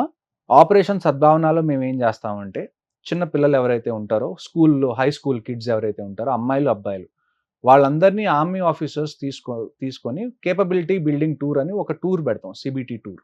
ఆ batches all the year run అవుతూనే ఉంటాయి. మేమేం చేస్తామంటే వాళ్ళని తీసుకొని ఢిల్లీ, దేహ్రాదూన్, కాశ్మీర్ బయట ఏవైతే సిటీస్ ఉన్నాయో అక్కడికి తీసుకెళ్ళి వాళ్ళని పీవీఆర్లో మూవీ చూపించడం, అక్కడ ఉన్న పెద్ద పెద్ద ఎడ్యుకేషనల్ ఇన్స్టిట్యూషన్స్లో వాళ్ళని 1-2 క్లాసెస్ అటెండ్ చేయించడం, రాష్ట్రపతి భవన్ని విజిట్ చేయించడం. అప్పుడు ఏమవుతుందంటే కాశ్మీర్ నుంచి బయటకు వచ్చి ఫస్ట్ టైం వాళ్ళు చూస్తున్నారు మిగతా ప్రపంచం ఎలాగుంటుంది అని. ఓకే. అప్పుడు నెక్స్ట్ జనరేషన్ కైనా అర్థం అవుతుంది, మేము లాస్ట్ 35 years నుంచి ఇందులోనే చిక్కుపోయాం, బయట ప్రపంచం మాకన్నా చాలా అడ్వాన్స్ అయిపోయింది, ఇప్పుడైనా మేము అడ్వాన్స్ అవ్వకపోతే మేము ఇలానే మిగిలిపోతామని. ఇంకొక విషయం, ఇండియన్ ఆర్మీ కండక్ట్ సూపర్ 30 ఏంటి అంటే ఎవరైతే అక్కడ లోకల్ పాపులేషన్లో చదువుకుంటున్నారో పిల్లలు బాగా, ఎవరి దగ్గర అయితే డబ్బులు లేవు వాళ్ళకి నీట్ కోచింగ్ ఇస్తుంది. 30 people they select every batch, 30 మంది ఐఐటీలు కొడతారు, ఆర్మీ ట్రైన్ చేసిన వాళ్ళు. ఎడ్యుకేషన్ పరంగా ఐఐటీలు, మెడికల్ సీట్లు వీళ్ళు కొడతారు. ఇవన్నీ ఆపరేషన్ సద్భావన్ కింద నెక్స్ట్ జనరేషన్ అయినా కనీసం బాగుపడాలని చెప్పి ఆర్మీ వాళ్ళకి ఇంత సపోర్ట్ చేస్తుంది. ఓకే, కంటిన్యూస్గా అవుతానే ఉంటాయి, స్పోర్ట్స్ కాంపిటీషన్స్ అవుతూ ఉంటాయి, మ్యూజిక్ ఫెస్టివల్స్ అవుతూ ఉంటాయి. ఇక్కడ నుంచి మెయిన్ ఇండియా నుంచి సెలబ్రిటీస్ని అక్కడ పిలిపించి అక్కడ ఉన్న జనాలతో ఇంటరాక్ట్ చేయడానికి ట్రై చేస్తాం. ఇన్ని జరుగుతూ ఉంటాయి త్రూ అవుట్ ద ఇయర్. దీన్ని ఆపరేషన్ సద్భావన అంటారు. ఓకే. సో రీసెంట్ గా లారెన్స్ బిష్నోయ్ అని సిద్దిక్ ని కాల్ చంపేశారు. చేశారు. ఇప్పుడు మళ్ళీ సల్మాన్ ఖాన్ కూడా చాలా ఇబ్బందులు పడుతున్నారు, ఫుల్ సెక్యూరిటీని పెట్టుకొని. ఆయనకు కూడా థ్రెట్ ఉందని కూడా మనకు వినపడుతుంది. దాన్ని ఏ విధంగా చూడొచ్చు, వాళ్ళని ఏ విధంగా చూడొచ్చు? లారెన్స్ బిష్నోయ్ అంటే రౌడీ షీటరా, లేకపోతే మావోయిస్ట్ అని చెప్పుకోవచ్చా, టెర్రరిస్ట్? అసలు ఏంటి అసలు ఆయన? లారెన్స్ బిష్నోయ్ ఇంతకు ముందు యాక్చువల్గా ఒక స్టూడెంట్ లీడర్. నాకు తెలిసిన ఇన్ఫర్మేషన్ ఏంటి అంటే స్టూడెంట్ లీడర్. కొన్ని కేసుల వల్ల తన్ని జైల్లో వేశారు. ఎప్పుడైతే తన్ని జైల్లో వేశారో తను ఒక నెట్వర్క్ క్రియేట్ చేసుకున్నాడు జైల్లోనే షూటర్స్ది. ప్రస్తుతం నాకు తెలిసి లారెన్స్ బిష్నోయ్ దగ్గర ఇండియా మొత్తంలో ఒక 800 మందో 900 మందో షూటర్స్ రెడీగా ఉన్నారు. సో అతను ఆల్రెడీ జైల్లోనే ఉన్నాడు కాబట్టి జైలు నుంచి ఆపరేట్ చేస్తున్నాడు మొత్తం. కొంతమంది అతన్ని హీరో అనుకుంటారు, కొంతమంది అతన్ని విలన్ అంటారు. ఏజ్ కూడా చాలా చిన్నది కదా, ఏజ్ కూడా చాలా చిన్నది. సో అక్కడి నుంచి తను ఆపరేట్ చేస్తున్నాడు. కెనడాలో కూడా తన షూటర్స్ ఉన్నారు. ఖాళిస్తాన్కి అగెయిన్స్ట్ అంటాడు, కానీ వైలెన్స్ తన రూట్ అంటాడు. సో ఇండియా మళ్ళీ ఎంకరేజ్ చేస్తుందని చెప్పుకోవచ్చు ఇలాంటి వాళ్ళని. మళ్ళీ ఇంకా ఇండియా చెప్పాలి అంటే చూడండి, ఒక క్రైమ్ జరగడం పెద్ద విషయం కాదు. ఇప్పుడు 800 మంది షూటర్స్ ఇండియాలోనే ఉన్నారంటే ఆయన అండర్ కవరేజ్ లో చాలా పెద్ద విషయం. ఇండియాలో అంటే ఆయన నెట్వర్క్ మొత్తం ఇండియా, కెనడా ఈ రెండు బేసెస్ మెయిన్ గా. ఒక చోట ఉంటారు కదా, పోలీసుల నుంచి తప్పించుకొని తిరుగుతూ ఉంటారు అందరూ. 800 మెంబర్స్, ఆ 800 మెంబర్స్ లో కొంతమంది కెనడాలో ఉంటారు, కొంతమంది ఇక్కడ ఉంటారు, కొంతమంది తిరుగుతూ ఉంటారు, తప్పించుకుంటూ తిరుగుతున్నారు. ఏ రోజైతే దొరుకుతారో మళ్ళా అందరు లోపలికి వెళ్ళిపోతారు. 800 షూటర్స్ ఉన్నారు. ఇందులో కూడా ఇంకొక విషయం మీరు గుర్తుపెట్టుకోవాల్సింది ఏంటి అంటే 800 మంది షూటర్స్ ఉన్నారని క్లెయిమ్ చేస్తున్నారు. అందులో ఎంతమంది ఇప్పటి వరకు షూట్ చేశారు? ఏదైనా క్రైమ్ చేస్తేనే కదా మీరు ఎవరినన్నా జైల్లో వేయగలరు. ఉరి తీయొచ్చు కదా, ఎందుకు అలాంటి వాళ్ళని జైల్లో ఉంచడం? ఊరి ఆల్రెడీ జైల్లోనే ఉన్నాడు కదా. అదే ఉన్నారు కదా, ఎందుకు అలాంటి వాళ్ళని ఎందుకు పెంచి పోషించడం? మళ్ళీ పెంచి పోషించడం అంటే చూడండి, ప్రతి దానికి తెలుసు అతను ఎంత పెద్ద డేంజర్. ఉరి వెయ్యాలా వేయకూడదా అన్నది ఎవరి decision? Judiciary decision. So judiciary వెయ్యాలి అని తీర్పిస్తే వేస్తారు, ఇంక తప్పదు. సో కసబ్ విషయంలో తీసుకుంది కదా ఆ డెసిషన్. కసబ్ది వేరు, ఇది వేరు కదా. కసబ్ది ఏంటి? టెర్రరిజం. వేరే కంట్రీ నుంచి ఇక్కడికి వచ్చి కామన్ పీపుల్ ఏ సంబంధం లేదు, ఏం చేస్తుంది కూడా అదేం చెప్పుకోవచ్చు కదా. ఇంకా లేదు ఇతని అది కదా. ఇప్పుడు కసబ్ది ఇంటెన్షన్ ఏంటి? నేను ఎంతమంది నార్మల్ జనాల్ని చంపగలను, నేను చంపేస్తా. కాకపోతే లారెన్స్ బిష్నోయ్ విషయం ఏంటంటే ఇలాంటి వాళ్ళని వదిలేస్తే కూడా అదే కదా అయ్యేది. ఇంక రేపు అవ్వచ్చు. మీరే అన్నారు 800 మంది షూటర్స్ అంటే, 800 మెంబర్స్ షూటర్స్ అంటే రేపు జరగబోయేది కూడా అదే కదా. ఇంకా అయి ఉండొచ్చు ఖచ్చితంగా. మీరు భయపడడంలో అస్సలు తప్పే లేదు. మనం ఎక్కడ ఆపుతాం దీన్ని? మరి మీరు యాజ్ ఎ సొసైటీ మీరు దీన్ని టేకప్ చేస్తేనే కదా కోర్ట్ అయినా చెప్పేది. మీరు చెప్తుంటే 800 మంది షూటర్స్ అని. ఇండియన్ పాపులేషన్ మీరు చూసుకోండి 1.4 బిలియన్. 1.4 బిలియన్ లో 800 అంటే ఎంత? వాళ్ళు చాలండి నాశనం చేయడానికి. సో అంత పెద్ద లీడర్నే. మీకు రౌడీ షీటర్లు ప్రతి సిటీలో ఉంటారు. మీరు ప్రతి టౌన్ లో మీకు ఎవరో ఒక రౌడీ షీటర్ ఉంటారా ఉండరా? విషయం ఏంటి అంటే కొంతమంది రౌడీ షీటర్ల దగ్గర కొడవలు ఉంటుంది, కొంతమంది రౌడీ షీటర్ల దగ్గర కత్తి ఉంటుంది, కొంతమంది దగ్గర గన్ ఉంటుంది. వెపన్ ప్రొఫైల్ మారుతుంది, కానీ మైండ్ సెట్ ఉన్న వాళ్ళు మీకు ప్రతి సిద్దిక్ అంటే ఇప్పుడు పొలిటీషియన్ కాబట్టి 1,00,000 రీజన్స్ ఉంటాయి ఓకే వాళ్ళు చంపేయటానికి. వై సల్మాన్ ఖాన్? అసలుకి Salman Khan the main story ఏమని చెప్తారు అంటే, ఒక బ్లాక్ బక్ కేసు అని ఒకటి ఉంది ఇంతకు. బ్లాక్ బక్ అంటే బిష్నోయ్ కమ్యూనిటీ ఒకటి ఉంది. ఆ బిష్నోయ్ కమ్యూనిటీ ఏంటంటే వాళ్ళు నేచర్ని చాలా ఎక్కువ ప్రేమిస్తారు. ఎలా ప్రేమిస్తారంటే బిష్నోయ్ కమ్యూనిటీలో ఒక బ్లాక్ బక్ అంటే నల్ల జింక అన్నమాట. అది ఓకే, కృష్ణ జింక. అప్పుడు అది కేసు మీకు గుర్తుందా? కృష్ణ జింక. ఆ కృష్ణ జింక ఎప్పుడైతే చనిపోతుందో దాన్ని దూడు ఉంటుంది కదా, కాఫ్, దానికి అక్కడ వాళ్ళ ఆడవాళ్ళు వాళ్ళ పాలు తాపించేవారు తల్లి కోల్పోతే ఆ కృష్ణ జింకని. ఓకే. సో వాళ్ళు నేచర్ని అంత బాగా ప్రేమిస్తారు. వాళ్ళకి కొన్ని రూల్స్ ఉంటాయి, 17 రూల్స్ ఎన్నో రూల్స్ ఉంటాయి ఆ కమ్యూనిటీకి. ఆ కమ్యూనిటీలో ప్రతి ఒక్కళ్ళు ప్రతి సంవత్సరం ఇన్ని చెట్లు నాటాలి, అక్కడున్న నేచర్ని దాన్ని ఏమంటారు వెజిటేరియన్సే అయి ఉండాలి, అక్కడున్న నేచర్ని వాళ్ళు ప్రేమించాలి. సో ఎప్పుడైతే ఆ కృష్ణ జింక కేసులో సల్మాన్ ఖాన్ ఇరుక్కున్నాడో అప్పటి నుంచి లారెన్స్ బిష్నోయ్ ఆ రీజన్ చెప్పి నేను సల్మాన్ ఖాన్ని చంపుతానని చెప్పి చెప్తున్నాడు. అది ఎంత నిజమో దాని వెనకాల ఏ మోటివ్ ఉందన్నది మనం కరెక్ట్ చెప్పలేం. కానీ పైకి చెప్తున్న రీజన్ ఏంటి అంటే ఆ కృష్ణ జింకని మేము చాలా దాన్ని ఏమంటారు ఆ కమ్యూనిటీకి ఒక చిహ్నం లాంటిది, అది ఒక గుర్తు లాంటిది అది. సో ఏమంటారంటే మా మెయిన్ గుర్తు ఏదైతే ఉందో దాన్ని మీరు చంపేశారు కాబట్టి ఇప్పుడు నేను నిన్ను చంపేస్తానని చెప్పి చెప్తున్నాడు. అది యాక్చువల్ రీజనా లేకపోతే పబ్లిసిటీ కోసం ఆ రీజన్ యూజ్ చేసుకుంటున్నాడా అన్నది టైం విల్ టెల్. మరి ఆయన చంపుతానని సిద్దిక్ని చంపేశారు. వీళ్ళిద్దరు బెస్ట్ ఫ్రెండ్స్ అని తెలిసి భయపెట్టాలన్న ఒక ఆలోచనతో ఏమైనా జరిగిందా? ఇంకొకటి ఏంటి అంటే ఈ మధ్య ఏది హై ప్రొఫైల్ మర్డర్ జరిగినా కానీ వీళ్ళు దాని రెస్పాన్సిబిలిటీ తీసేసుకుంటున్నారు. దాన్ని ఒకసారి ఎంక్వైరీలో కంప్లీట్ అయితే కానీ నిజంగానే లారెన్స్ బిష్నోయ్ చంపించాడా లేకపోతే వేరే వాళ్ళు ఎవరైనా ఇప్పుడు ఒక పొలిటీషియన్ అన్నప్పుడు చాలా డీలింగ్స్ ఉంటాయి, చాలా మందితో చాలా శత్రువులు కూడా ఏర్పడతారు. సో ఇతను ఫేమ్ కోసం ఇతను నేనే చంపా అని చెప్పుకుంటున్నాడా లేకపోతే నిజంగా చంపాడా అన్నది కూడా మీరు ఎంక్వైరీ అయిన తర్వాతే మీకు తెలుస్తుంది. సో ప్రస్తుతానికి ఇప్పుడు ఏంటి వాళ్ళు క్లెయిమ్ చేశారు మేమే చంపాము అని, కానీ అది నిజమా కాదా అన్నది పోలీస్ ఎంక్వైరీ తర్వాతే తెలుస్తుంది. ఓకే. అసలు ఎన్ని గ్రేడ్స్ ఉంటాయండి మిలిటరీలో కూడా? అసలు మిలిటరీలో మీకు ఎలాగా అంటే మీకు అర్థం కావడానికి నేను మీకు ఒక ఈజీ విషయం చెప్తాను. Let's equate it to police ఫోర్స్తో ఒకసారి మనం కంపేర్ చేసుకుందాం మనకు అర్థం చేసుకోవడానికి. ఇద్దరిది చాలా డిఫరెంట్ డ్యూటీస్ వేరువేరుగా ఉంటాయి, కానీ అర్థం చేసుకోవడానికి చెప్తాను. ఎందుకంటే పోలీస్ ఏవైతే ర్యాంక్స్ వచ్చినాయో వాళ్ళు ఏవైతే స్టార్స్ అవి పెట్టుకుంటారో అవి మిలిటరీ నుంచే వచ్చినాయి. సో బేసిక్గా ఫస్ట్ మీకు ఒక సోల్జర్ని తీసుకుందాం. ఒక సోల్జర్ని మీరు ఎలాగ అనుకోవచ్చు అంటే ఒక కానిస్టేబుల్ అనుకోవచ్చు. ఒక హెడ్ కానిస్టేబుల్ని మీరు దేంతో కంపేర్ చేసుకోవచ్చు ఆర్మీలో? ఒక హవల్దార్. ఎప్పుడు అవుతారు మీరు? మీకు ఒక 15-16 ఇయర్స్ ఎక్స్పీరియన్స్ సోల్జర్గా మీరు ఎంటర్ అయ్యి ఒక 15-16 ఇయర్స్ చేస్తే అప్పుడు మీరు హవల్దార్ అవుతారు.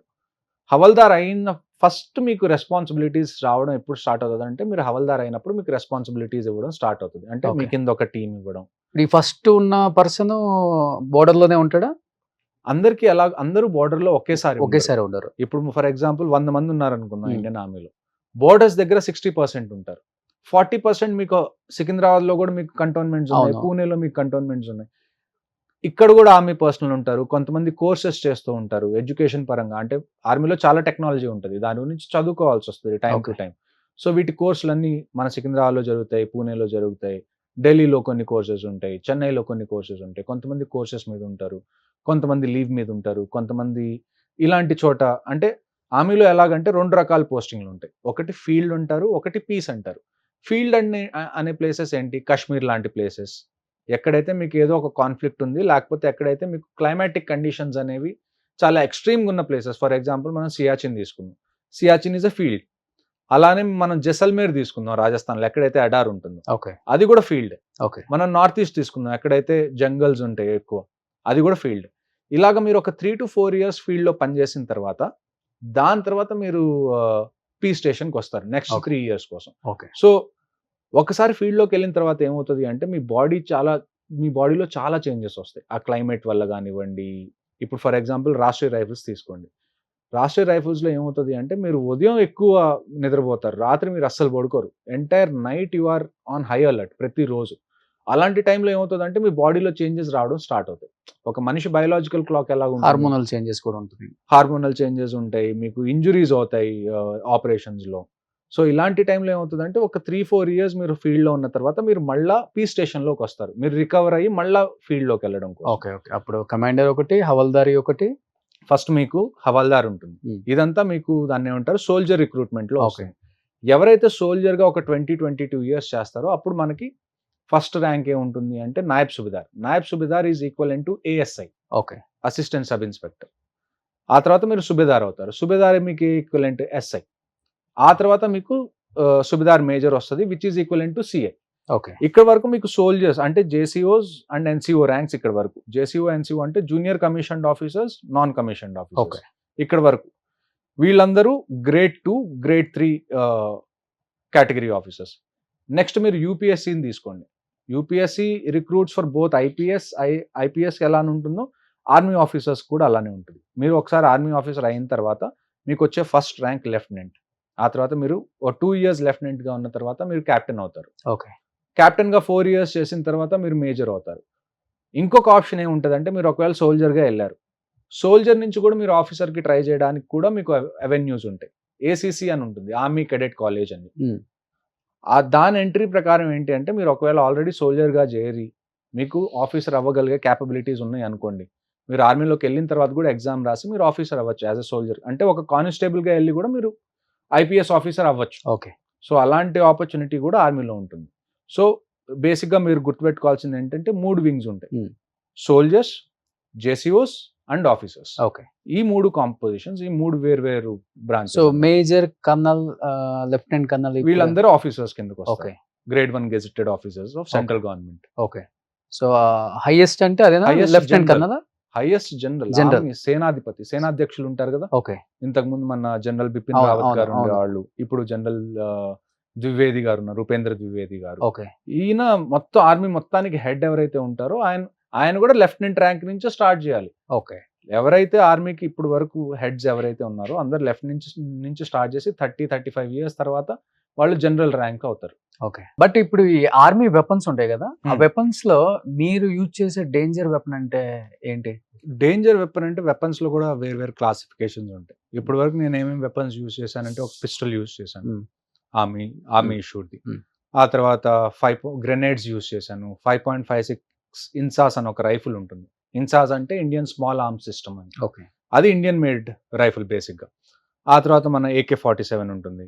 ఆ తర్వాత మనకి రాకెట్ లాంచర్స్ ఉంటాయి, స్నైపర్స్ ఉంటాయి, ఆ తర్వాత మోటార్ ఫైర్ ఉంటుంది. సో రకరకాల, అంటే కొన్ని వెపన్స్ ఎలాగుంటాయి అంటే టార్గెట్ వెపన్స్ ఉంటాయి, కొన్ని వెపన్స్ ఏరియా వెపన్స్ ఉంటాయి. అంటే ఇప్పుడు రైఫిల్ అనుకోండి, అది మీరు ఒక మనిషిని చంపడానికి పనికొస్తుంది. So it's a targeted weapon, pistol కానివ్వండి, రైఫిల్ కానివ్వండి. అదే మీరు రాకెట్ లాంచర్ తీసుకున్నారనుకోండి, ఒక రాకెట్ లాంచర్తో మీరు ఒక ఇల్లుని మీరు బ్లాస్ట్ చేయొచ్చు. ఓకే. సో దాన్ని మీరు ఏరియా వెపన్ అంటారు. సో మీరు అవసరాన్ని బట్టి యూజ్ చేస్తారు. ఒకవేళ నేను యూజ్ చేసిన వెపన్స్ అన్నిట్లో మీరు అడుగుతుంటే బెస్ట్ వెపన్ ఏంటి అని, I would say AK-47 any day. అంతే. AK-47 best weapon. ఎందుకు అంటే వెరీ లో మెయింటెనెన్స్, అంటే మీరు దాన్ని చాలా రఫ్గా హ్యాండిల్ చేయొచ్చు. మీరు ఆపరేషన్స్ చేసేటప్పుడు మీరు కింద పడుతూ ఉంటారు అప్పుడప్పుడు. సో మీకు దాన్ని ఏమంటారు, వెపన్ కింద పడుతూ ఉంటుంది. మీ వెపన్ కింద పడినప్పుడు అది పాడవకూడదు కదా. ఫస్ట్ అన్నిటికన్నా ఫస్ట్ ఇంపార్టెంట్ విషయం అది. సో మీరు చాలా రఫ్గా హ్యాండిల్ చేయొచ్చు దాన్ని. ఇంకోటి ఏంటంటే యాక్యురసీ చాలా బాగుంటుంది దాంట్లో. దాన్ని ఏదన్నా చిన్న ఇష్యూ వచ్చినా కానీ దాన్ని వెంటనే రిపేర్ చేసుకోవచ్చు అక్కడికక్కడే. సో ఈవెన్ మీరు కొన్ని ఇస్లామిక్ కంట్రీస్లో ఎక్కడైతే టెర్రరిజం ఎక్కువ ఉంటుందో మీరు చూస్తే చిన్నపిల్లలు కూడా AK-47 యూజ్ చేస్తూ ఉంటారు. ఎందుకు ఇక్కడ అంటే టెర్రరిజం ఎక్కువ ఉన్న సిరియా ఇలాంటి కంట్రీస్ ఉంటాయి కదా, ఎక్కడైతే దాన్ని ఏమంటారు, గవర్నమెంట్స్ ఏం లేకుండా సివిల్ అన్రెస్ట్ ఎక్కడైతే ఉందో అలాంటి కంట్రీస్లో చిన్న పిల్లలు కూడా, కొన్ని ఆఫ్రికన్ కంట్రీస్లో చిన్న పిల్లలు కూడా AK-47 పట్టుకొని తిరుగుతూ ఉంటారు. ఓకే. ఎందుకంటే AK-47 ఎలాంటి వెపన్ అంటే it's very easy to train. అందులో మీకు చాలా సొఫిస్టికేటెడ్ లేకపోతే చాలా సైన్స్ అంత అవసరం ఉండదు. చాలా ఈజీ వెపన్, చాలా రిలయబుల్ వెపన్, చాలా అక్యురేట్ వెపన్. అది డైలీ ఒక్కసారి ఫైర్ చేస్తారా? అంటే వీక్లీ ఒక 4 to 5 టైమ్స్ అనుకోవచ్చు. ఓకే. అంటే కంటిన్యూస్ గా ప్రాక్టీస్ జరుగుతూనే ఉంటుంది. అంటే ఎలాగుంటుందంటే అట్ ఏ టైం మీరు ఒక 10 మెంబర్స్ ఫైర్ చేస్తారు. సో అందరికీ రౌండ్ రావాలి కదా. అంటే ఇప్పుడు 10 మెంబర్స్ చేస్తారు, వీళ్ళు బ్రేక్ తీసుకుంటే నెక్స్ట్ 10 మెంబర్స్ తీసుకుంటారు. మీకు టీం మొత్తం చెయ్యాలి అంటే దానికి కొద్ది టైం పడుతుంది. ఓకే. సో అలా అందుకని చెప్పి ఒకసారి ఇవాళ చేస్తే మేబీ రేపు నీ ఛాన్స్ రాకపోవచ్చు, ఎల్లుండి మళ్ళీ సో వస్తుంది. మీకు ఇబ్బంది లేకపోతే చెప్పండి ఆన్సర్. అంటే మీ మీద కూడా అటాక్స్ జరుగుతుంటాయి కాబట్టి వాళ్ళు మీ మీద ఫైరింగ్ చేసేటప్పుడు మిమ్మల్ని మీరు సేవ్ చేసుకోవడానికి మీరు హతమార్చుంటారు చాలా మందిని, టెర్రరిస్టులని, మావోయిస్టులు కూడా ఉంటారు కదా ఆ ఏరియాలో. లేదు, ఉండరా? Only Only టెర్రరిస్టులే. terrorists. సో మీరు అటాక్ చేసిన సిచ్యువేషన్స్ లేకపోతే వాళ్ళు చనిపోయిన సిచ్యువేషన్స్ ఉన్నాయా? ఉన్నాయి. ఓకే. ఒకటి ఏదన్నా గుర్తుందా మీకు? ఎలాగా అంటే ఒక ఆపరేషన్ చెప్తాను. ఏం జరిగింది అంటే ఒక చెక్ పోస్ట్ మేము పెడతాం జనరల్గా ఒక ఏరియాలో. ఆ రోజు ఏమైందంటే నేను కొద్దిగా లేట్గా వెళ్ళాను అనమాట. మా ముందే అక్కడికి పోలీసులు వచ్చేసి పోలీసులు చెక్ పోస్ట్ పెట్టారు మా బదులు.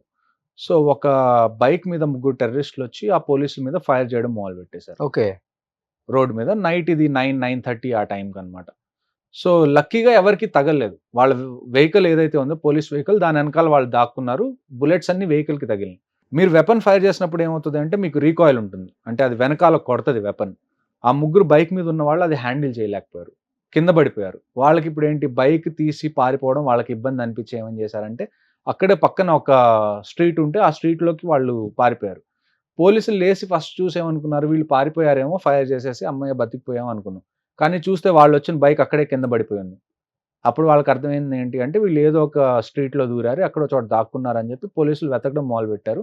కాశ్మీర్‌లో మీకు ఎంటర్ అయినప్పుడు ఫస్ట్ స్టార్టింగ్ ఒక 1 మంత్ మీకు ట్రైనింగ్ ఉంటది. ఆ 1 మంత్ ట్రైనింగ్‌లో మీకు ఎలాగుంటదంటే మీ చుట్టుపక్కల ఎక్కడన్నా ఫైరింగ్ జరిగితే అది ఏ వెపన్ ఫైర్ అయిందో మీరు ఈజీగా చెప్పగలరు. అలాగ ట్రైనింగ్ ఇస్తారు. అంటే AK-47 ఫైర్ అయితే ఎలా సౌండ్ వస్తుంది? ఒక పిస్టల్ ఫైర్ అయితే ఎలా సౌండ్ వస్తుంది? సో మేము ఉంది దగ్గరలోనే కాబట్టి ఒక్కసారి ఆ సౌండ్ రాగానే నాకు ఈ ఫైరింగ్ ఎక్కడి నుంచి వస్తుంది ఈ టైంలో అని చెప్పి నేను కనుక్కుంటే అటాక్ జరిగిందని తెలిసింది. వెంటనే ఒక 5-10 మినిట్స్‌లో మేము రీచ్ అయిపోయాం. ఈ 5-10 మినిట్స్‌లో ఏం జరిగింది అంటే పోలీసులు ఆ స్ట్రీట్స్‌లో ఎతకడం మొదలుపెట్టారు. మా మీద ఫైర్ చేసినోళ్ళు ఎటెళ్లారు అని చెప్పి. అందులో ఒక పోలీస్ ఏం చేశారంటే ఆయన పాపం ఏ ఇంట్లో అయితే టెర్రరిస్టులు దూరారో ఆ ఇంట్లోకి ఎళ్లి వాళ్ళ ఆ ఇంట్లో ఎవరైతే నార్మల్ రెసిడెంట్స్ ఉన్నారో వాళ్ళతో మాట్లాడడం మొదలుపెట్టారు. ఎక్కడున్నారు టెర్రరిస్ట్ మీ ఇంట్లోకొచ్చారా అని అడిగితే, ఆ! వచ్చారు పైకెళ్లారా అని చెప్పి జస్ట్ మాట్లాడుతున్నారు. కాశ్మీర్‌లో ఏంటంటే గ్రౌండ్ ఫ్లోర్‌కి, ఫస్ట్ ఫ్లోర్‌కి మధ్యలో స్లాబ్ ఏదైతే ఉంటుందో అది వుడెన్ స్లాబ్ ఉంటుంది. కాంక్రీట్ స్లాబ్ ఉండదు. ఓకే. ఆ వుడెన్ స్లాబ్ మధ్యలో మనకి క్రాక్స్ లాగా ఉంటాయి కదా! అంటే ఇలాగా ఒక్కొక్క వుడెన్ మీ వెనకాల ఎలాగా ఉన్నాయి అవును. అవును. చెక్కలు అలాగ హ్మ్. పేర్చుంటారు. సో, మధ్యలో ఆ క్రాక్‌లోంచి పైన టెర్రరిస్టులు కింద చూస్తున్నారు. వాళ్ళేం చేశారంటే వాళ్ళ చేతిలో ఉన్న వెపన్ ఇలాగ కిందకి పెట్టేసి ఆ పోలీస్ మీద ఫైర్ చేశారు. ఆ పోలీస్ బుల్లెట్ ప్రూఫ్ జాకెట్ యేసుకున్నా గాని ఏమైందంటే ఆ బుల్లెట్ ఇక్కడ తగిలి ఇక్కడ ఇప్పుడు మన బుల్లెట్ ప్రూఫ్ జాకెట్ కూడా ఒక టీ షర్ట్ లాగుంటది. ఓకే. అది మెడ దగ్గర తగిలి ఇలా లోపలికి బుల్లెట్ వెళ్ళిపోయి హార్ట్ మొత్తం పంక్చర్ చేసుకుంటూ బయటకొచ్చేసింది. అబ్బా! ఆయన స్పాట్‌లో చనిపోయారు. కరెక్ట్‌గా మేము రీచ్ అయ్యే టయానికి ఆయన బాడీ మేము ఇలా బయటికి తీసుకొచ్చాం. ఫైరింగ్ మొదలుపెట్టేసాం. ఆ ఆపరేషన్‌లో మేము ముగ్గురిని చంపాం. మా అంటే ఆర్మీ వైపు నుంచి ఏమి అందులో క్యాజువాలిటీస్ లేవు గానీ పాపం ఒక పోలీస్ క్యాజువాలిటీ అయ్యారు. ఓకే. అంటే ఇవి గూడా ఎంత కాంప్లికేటెడ్ అవుతాయంటే మీరు ఒకసారి ఆపరేషన్ ఎలా జరుగుతదంటే ఫర్ ఎగ్జాంపుల్ మీరు ఒక రూమ్ గాని, ఒక ఇల్లు గాని తీసుకోండి. ఒక వెపన్‌తో మీరు ఫైర్ చేస్తే ఆ బుల్లెట్ రేంజ్ ఎంత ఉంటుంది? 300 మీటర్స్, 400 మీటర్స్ వరకు ఎళ్తుంది ఆ బుల్లెట్. ఒకవేళ మీరు ఒక ఇంటిని చుట్టుముట్టారనుకోండి. ఇటువైపు నుంచి మీరు ఫైర్ చేశారు కిటికీలోకి. అవతల వైపు గూడా కిటికీ ఉందనుకోండి. ఆ కిటికీ అవతల మీ మనిషిలో ఉంటే ఆ కిటికీలోంచి ఎళ్లి మీ మనిషికే తగులుతది. సో, మీరు ఫైర్ చేసేటప్పుడు మీ పొజిషన్స్ అన్నీ మీరు చూసుకోవాలి. మీ టీమ్ మొత్తం ఎలాగా అక్కడ డిప్లాయ్ అయిందో చూసుకోవాలి. చాలా టెక్నికాలిటీస్ ఉంటాయి దాంట్లో. అందరిని కమ్యూనికేషన్ లూప్‌లో పెట్టుకోవాలి. ఈ టెర్రరిస్ట్ పారిపోతుంటే మీకు తెలిసుండాలి. ఒకవేళ ఎనకాల నుంచి పారిపోతుంటే ఎనకాల నా టీమ్ మెంబర్ ఎవరున్నారు? హ్మ్. వెంటనే అతనికి మెసేజ్ ఎళ్ళిపోవాలి మీ వాకీ టాకీలో. ఓకే. ఆ తర్వాత కొన్ని సార్లు నైట్ టైమ్ మొత్తం చీకటిగా ఉంటది. అలాంటి టైంలో మీరు లైట్స్ తీసుకొస్తారు. కానీ లైట్స్ తీసుకొచ్చినప్పుడు ఏమవుతది? మీరు టార్గెట్ అవుతారు. మీరు లైట్ పెట్టాలి గానీ మీరు లైట్ దగ్గర ఉండకూడదు. ఎందుకంటే వాడు లైట్‌ని ఫైర్ చేస్తాడు. లైట్ కింద మీరున్నారంటే మీరు కూడా ఫైర్ అయిపోతారు.